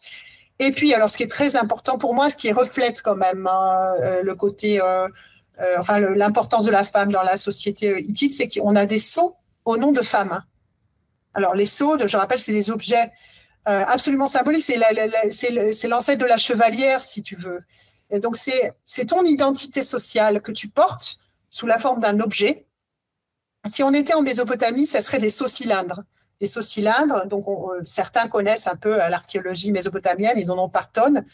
Et alors, c'est chaque individu appartenant à une élite sociale, mais au sens large, j'allais dire l'élite sociale, a son sceau. Et c'est un objet comme un peu les chevalières, si tu veux, mais un peu plus ouvert quand même au niveau de la frange sociale. C'est un objet qui est très personnel, qu'on porte sur soi. Alors, soit on le porte en forme de bague, on a des sceaux-bagues à tester, soit autour du cou, soit il y a d'autres possibilités. Et ce qui est très intéressant, c'est qu'en Anatolie hittite, on a énormément de sceaux inscrits au nom de femmes. Ce qui montre que les femmes avaient une importance équivalente à celle de l'homme. Et ça tu ne trouveras pas l'équivalent en Mésopotamie, par exemple. Alors, tout à l'heure, on parlait du roi qui, au gré des événements religieux, justement, allait d'une cité à une autre. Donc, il y a un calendrier religieux, avec des gros événements qui existent. Oui, oui, absolument. Ils ont des grandes fêtes cultuelles. Donc, c'est surtout des fêtes de saison et qui impliquent ce déplacement. Donc, c'est très programmé, c'est très structuré. Le roi doit passer par telle ville à tel moment et se montrer. Et ça fait vraiment partie, on dirait que ça fait vraiment partie prenante de sa politique de cohésion du royaume. Et donc, c'est vraiment la zone centrale du royaume, qui est la zone la plus ancienne, en fait. Là, il y a une démonstration qu'il doit faire régulièrement. Il doit se montrer à ces cérémonies-là. Et oui, il y a plusieurs fêtes saisonnières. Après, il y a des fêtes plus, j'allais dire, ponctuelles. Mais il y a des grandes fêtes de calendaire, oui, absolument. Et alors, les temples, on sait un peu à quoi ça ressemblait ou pas? C'était des temples qui étaient dédiés à un dieu, ou dans un temple, tu pouvais avoir plusieurs divinités? Alors, donc, la plupart des temples, a priori, c'était pour... Alors, le critère des archéologues pour savoir combien il y avait de divinités hébergées symboliquement dedans, c'est de chercher ce qu'on appelle le sanctuaire, c'est la partie vraiment sacrée du temple. Et alors, il peut y avoir des temples où il y a une seule divinité hébergée, mais le grand temple de Hattusa, qui est le temple principal qu'on appelle le temple 1, qui est un truc énorme, il y en avait plusieurs. Apparemment, plusieurs divinités étaient hébergées dans la même structure. Et donc, c'est ce que les archéologues montrent. Ils ont trouvé plusieurs sanctuaires les uns à côté des autres, avec tout un système autour, avec plein de magasins. Ce qu'on appelle les magasins, c'est des pièces de stockage, en fait, hein, avec des céréales qui étaient entreposées dans des très grandes céramiques. C'est très impressionnant, hein, c'est des trucs énormes qu'on voit encore sur le site quand on visite. Donc, pour ceux qui vont à Hattusa, vous rappellerez de ça, le temple 1, c'est vraiment la partie la plus impressionnante, une des parties les plus impressionnantes du site quand on arrive. Et là, il y avait plusieurs divinités qui étaient vraisemblablement associées dans le culte, mais qui étaient distinctes quand même et qui étaient hébergées dans le même temple. En même temps, tu m'étonnes, s'ils intègrent à chaque fois qu'ils prennent une région, ils intègrent le Panthéon, ils vont vite manquer de temple, c'est clair. Et c'était des temples qui étaient accessibles à tout le monde ou non, seulement religieux? Non, a priori non. Il y avait sûrement des zones... alors, pour le personnel du temple, hein, puisque j'ai dit tout à l'heure, c'était une ville dans la ville, donc avec tout un personnel, y compris les bouchers, les cuisiniers, les boulangers, et j'en passe. Eux devaient avoir accès à une partie du complexe de temple, et puis une partie qui devait être sacrée, réservée vraiment à des personnes habilitées, j'allais dire, donc plutôt les prêtres. Et je ne pense pas que même le boulanger avait le droit d'y mettre les pieds. Et alors, quand on parle de... C'est vrai que quelqu'un l'a relevé dans le chat, mais le royaume hittite, on y fait référence comme souvent le royaume aux 1000 dieux, tellement ils en avaient. Mais est-ce qu'il y a des divinités qui sont plus importantes que d'autres? Est-ce que, comme dans certaines grandes mythologies qu'on connaît et qu'on traite régulièrement sur Internet, pour le public, il y a un panthéon principal de dieux? C'est compliqué en fait, parce que ça dépend les époques, ça dépend le point de vue. Non, moi je dirais pas ça. C'est-à-dire que, alors d'abord l'expression les 1000 dieux, on la trouve dans les textes hittites, donc clairement les habitants du royaume hittite étaient très fiers d'avoir ce foisonnement de divinités. Il faut savoir qu'on a un peu plus de 600 noms divins là, donc on n'est pas si loin de 1000 en fait. Hein. On va peut-être y arriver un jour, à force. Et ce qui se passe, c'est qu'il n'y a pas de hiérarchisation entre ces divinités en fait. C'est pas le principe. Le principe, il est vraiment inclusif. C'est pas d'exclure, c'est d'inclure le maximum. C'est vraiment le discours qui est revendiqué d'un point de vue politique, j'allais dire. Après, c'est une question de point de vue, c'est-à-dire qu'est-ce qu'ils veulent dire à ce moment précis. Alors là, tu vas avoir un angle d'attaque un peu différent. Par exemple, le roi, quand il parle de ses hauts faits militaires et comment il a conquis le territoire voisin, il va se sentir obligé chez les Hittites de justifier en fait sa conquête violente. Et souvent, il va parler de sa divinité personnelle qui l'a encouragé, qui lui a insufflé l'idée de faire ça, etc. Donc, il n'est pas en train de nier l'existence des autres divinités du tout, mais il précise qu'il a un lien privilégié avec une divinité en particulier. Et ce qu'on voit, c'est que chaque roi avait une divinité personnelle qui changeait roi par roi. Il y avait des divinités de la famille royale, il y avait des divinités dynastiques, et puis il y avait aussi un panthéon étatique, donc un système religieux d'État, dont on a parlé tout à l'heure, mais qui changeait avec le temps. À chaque règne, il changeait un petit peu. Donc rien de fixe. Et tout ça est très fluctuant et volontairement fluctuant, puisque l'idée, c'est l'élasticité dont j'ai parlé tout à l'heure, c'est pouvoir inclure le maximum de divinités, en fait. Et alors du coup, on a quand même des catégories de dieux. Alors effectivement, c'est un travail qui a été fait par les scribes, les intellectuels de l'époque, pour s'y retrouver. Parce que quand tu es confronté à 1000 dieux, à un moment donné, tu as besoin de t'y retrouver un petit peu. Bah oui, parce que du coup, tu vas te retrouver avec plusieurs dieux de la mort, ou des choses comme ça, voilà. Non ouais. Donc l'idée, c'est de créer des catégories pour essayer au moins de... Et puis derrière cette idée de catégorie, il y a l'idée que entre les populations, les différents territoires conquis, on a des similitudes en fait, parce qu'on a les mêmes catégories de divinités, même si les noms changent. On a à peu près les mêmes catégories de divinités. Donc l'idée de classer les divinités, c'est aussi une manière de montrer qu'on a des liens entre les différentes parties du royaume. Et donc ils ont classé, oui, ça c'est vraiment le travail des intellectuels, qui n'avaient sans doute pas de réalité sur le terrain, mais qui est un travail d'intellectuel pur et simple. Mais à l'époque, tu veux dire? Oui, oui. À l'époque, déjà, ils faisaient cette catégorisation-là. Exactement, c'est les scribitiques qui ont fait ça, absolument. Ils faisaient des catalogages, en fait. Ils faisaient du catalogage de dieux, on peut dire ça.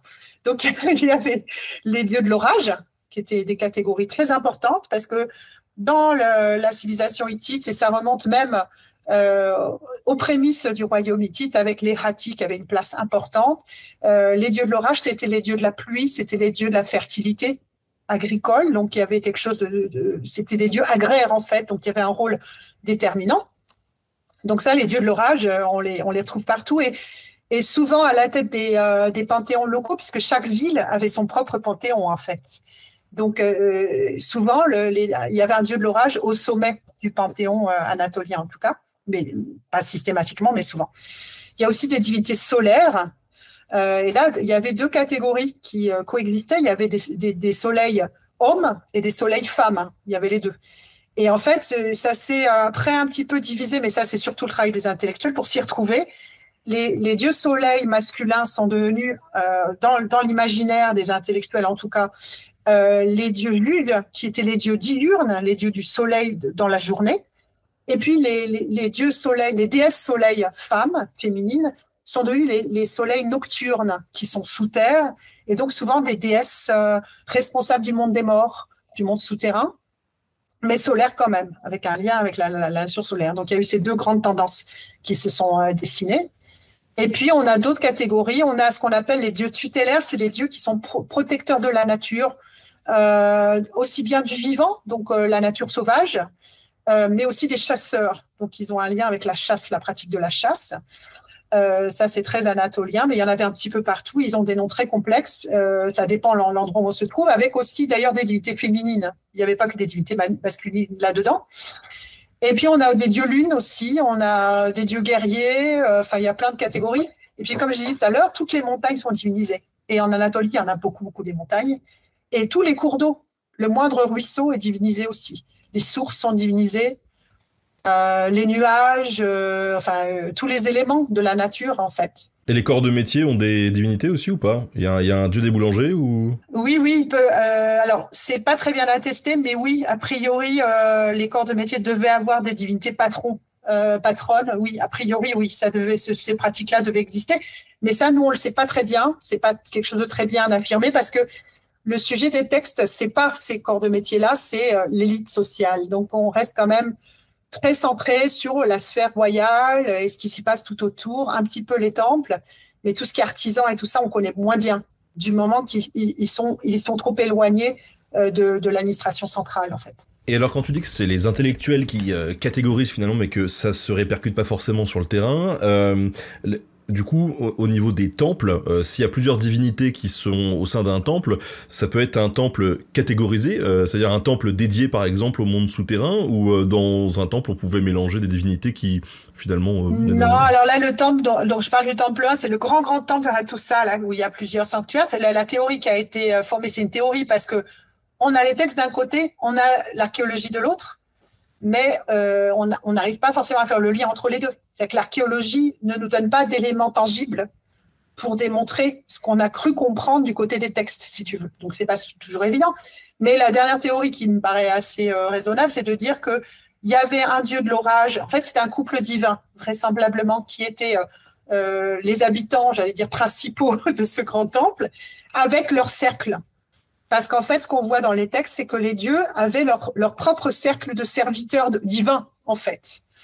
Et donc, on a des divinités majeures et des divinités mineures au service des grands dieux, des grands dieux majeurs. Et a priori, ce qui s'est passé dans ce temple-là, c'est un couple divin très important qui a eu une place importante dans la vie politique du royaume.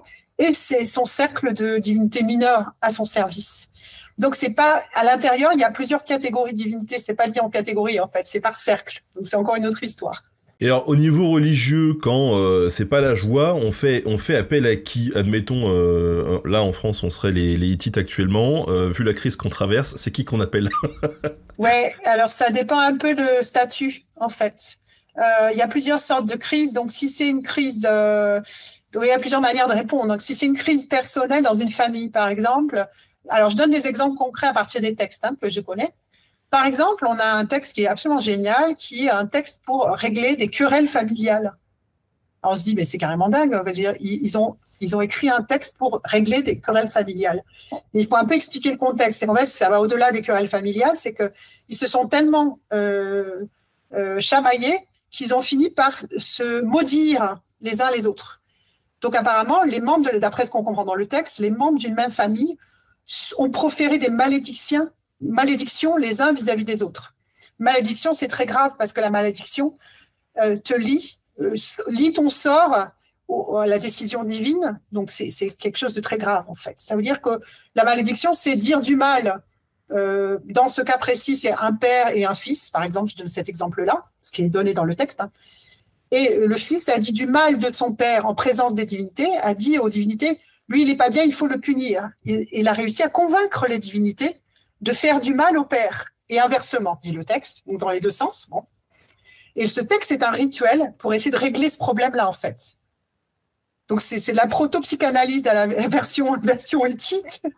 Et en fait, c'est un rituel, et le rituel consiste à quoi? D'abord, à apaiser les divinités qui ont été prises à témoin et qui ont été prises en otage dans ce conflit, en fait. Puisque pour faire du mal à quelqu'un, il faut en passer par la divinité. C'est la divinité qui possède le pouvoir, en fait.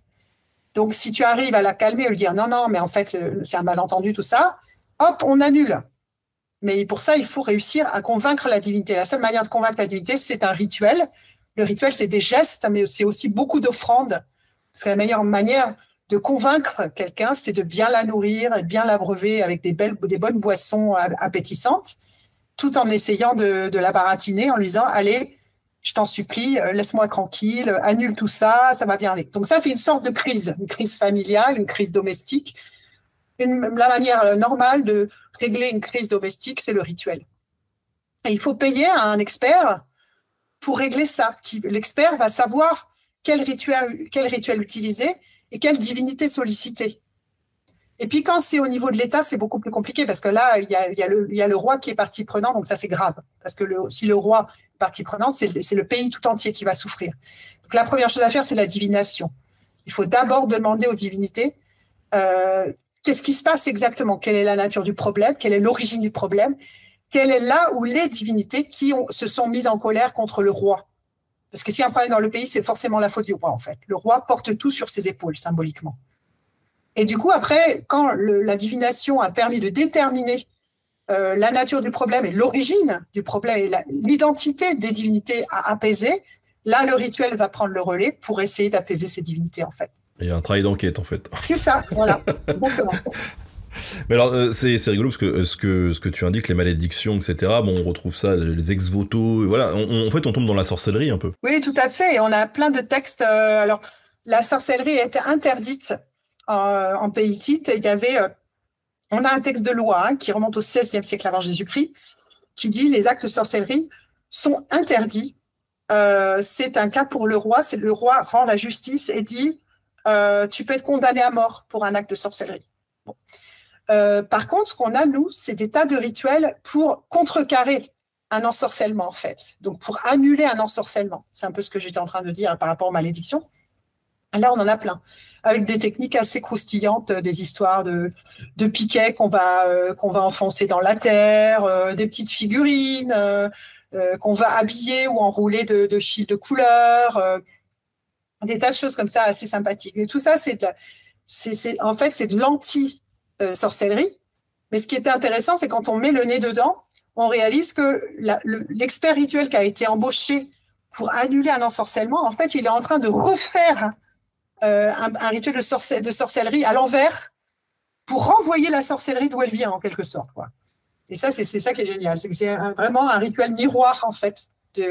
Du coup, on sait tout sur la sorcellerie à travers ça. C'est ça que je veux dire. Il y a encore beaucoup de choses qu'on connaît pas sur les Hittites. Oh bah oui, il y en aura toujours les choses qu'on connaît pas, mais puis il y a encore beaucoup de choses à étudier parce que chaque texte est tellement riche qu'on pourrait, à la rigueur. Je parlais tout à l'heure, par exemple, il y a un texte qui m'intrigue. Il faut absolument qu'on le revoie. Je vais peut-être l'imposer l'année prochaine à mon cours parce que c'est un texte, donc les instructions au personnel du temple. Ce texte est tellement riche qu'on pourrait en fait commenter chaque ligne pendant des heures, des jours, des semaines, tellement ça nous apprend plein de choses sur la mentalité, le mode de vie, le système administratif, les pensées religieuses. C'est vraiment, même parfois c'est philosophique, on a des textes à portée philosophique. Donc dans ce texte d'instruction personnelle de temple, il y a un passage qui dit, est-ce que, je te jure, c'est authentique, hein, il dit, est-ce que l'esprit du Dieu est différent de l'esprit d'un maître classique, un maître humain? Non,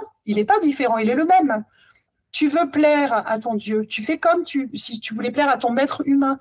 Tu lui donnes à manger, tu lui donnes à boire, tu essaies tu évites de le contredire, et là, il sera content. Et s'il est content, il te donne ce que tu lui demandes. Donc, pour plaire à ton Dieu, sers-le bien. En gros, c'est ça. Le texte dit ça. Donc, on voit qu'ils ont une philosophie tout à fait terre à terre dans la relation entre l'homme et son Dieu. Et on a un autre texte magnifique, un texte de prière d'un prince royal, qui dit « Pour moi, la vie et la mort sont liées. L'un va avec l'autre, en fait. On ne peut pas avoir la vie sans la mort et la mort sans la vie. Et une vie sans fin serait une vie sans sens, en fait. » Et il dit ça. Et donc, c'est des textes, ça, c'est un texte qui remonte au XVe siècle avant. Donc, il y a de la philosophie aussi, il y a de tout là-dedans. Donc, chaque texte pourrait être décortiqué et faire l'objet de travaux. Là, on en a pour des centaines d'années. Enfin, on n'a pas de quoi s'ennuyer, c'est sûr. Et puis, on trouve de nouveaux textes en plus. Hein. C'est rassurant de savoir que 3500 ans plus tard, on n'est pas sorti de l'auberge, on a toujours les mêmes questions. Exactement, exactement. Alors, pour ceux qui voudraient en savoir plus, justement, sur les Hittites et sur ce qu'on sait autour d'eux, est-ce que tu aurais des livres ou peut-être du documentaire ou une conférence peut-être à conseiller aux gens qui nous écoutent? Alors pour la bibliographie, donc c'est un peu bizarre, mais je recommande quand même mon bouquin parce que l'idée c'est que oui, c'est le moment. Vas-y. Disons que c'est un petit peu le seul qui est en français pour l'instant en fait, donc c'est un peu triste, mais c'est la réalité. Donc Rituel, mythes et prières hittites que j'ai publié en 2016 parce que je l'ai vraiment fait pour du grand public. Je me suis un peu fatiguée à faire une introduction un peu pédago, tout ça, donc j'ai pas tellement l'occasion de faire ça le reste du temps. Donc voilà, je me dis que ça sert à quelque chose. À côté de ça, pour ceux qui lisent un peu l'anglais, j'ai une collègue américaine qui a fait un super travail aussi alors elle s'appelle Billie Jean Collins, C-O-2-L-I-N-S, et son bouquin s'appelle The Hittites and the World, publié en 2007. Et c'est bien parce que c'est bien écrit, mais il faut connaître l'anglais, quoi. Après, donc le MOOC dont tu as parlé au début va rouvrir, là, en 2024, on va le rouvrir, puis voilà, on espère que ça servira au plus grand nombre. C'est sur la plateforme EDX. EDX, voilà. Et voilà, on a essayé quand même de vulgariser un petit peu, et c'est qu'un chapitre, on va en faire d'autres aussi, donc on va développer un peu d'autres cours en lien avec ce MOOC à l'avenir, là. Et puis effectivement, il y a 2-3 conférences que j'ai pu faire au Louvre qui sont sur YouTube, qu'on retrouve sur YouTube, où je parle. Alors j'ai surtout parlé de l'histoire du déchiffrement, mais enfin c'est des sujets intéressants, voilà. Et puis c'est vrai que pour l'instant en francophonie, on est un peu limite, mais on espère que ça va se développer, quoi. Et là, vous contribuez en fait en m'invitant à ça. C'est pour ça que je suis très reconnaissante de l'invitation. Bon, c'est nous en tout cas qui te remercions pour ces 2 heures que tu viens de nous accorder et qui sont super intéressantes. Voilà, ça nous permet vraiment d'ouvrir un petit peu le champ des possibles, d'ouvrir un peu nos horizons et c'est une bonne chose. Voilà. Merci beaucoup. J'espère que ça a intéressé les auditeurs et puis mille merci pour cette excellente initiative. Oui, on a eu plein de questions, je te rassure, ça a intéressé les gens. D'ailleurs, je vous rappelle qu'on a sorti sur la chaîne Nota Bonus un épisode dans lequel tu interviens, hein, notamment autour des hit-it. Bientôt, je vous l'ai dit tout à l'heure, on va recevoir Vincent Blanchard pour la suite de l'aventure sur ces mêmes hit-it. Donc n'hésitez pas à suivre un petit peu ce qui se passe sur Twitch. Voilà, ça sera bientôt, c'est au mois de janvier qu'on le fait ensemble, voilà. Et puis j'aimerais remercier particulièrement quand même Louis, hein, qui a préparé cet entretien et qui fait comme toujours du très bon boulot quand il s'agit de préparer ces entretiens. À chaque fois c'est super fluide et ça fait plaisir, voilà. Écoutez, pour tous ceux qui nous suivent, déjà alors il y a tout le monde qui te remercie, hein, je tiens à te le dire, Alice. C'est moi qui les remercie. Et pour tous ceux qui nous suivent, alors n'hésitez pas à suivre le podcast qui est dispo sur toutes les plateformes de podcast. Déjà, ça vous permettra de vous remettre ça dans la bagnole ou dans le train, et c'est toujours agréable. Et puis je vous souhaite à tous du coup un bon lundi et une bonne semaine. Voilà, salut tout le monde, encore merci Alice et à très bientôt. Merci beaucoup, au revoir. Ciao.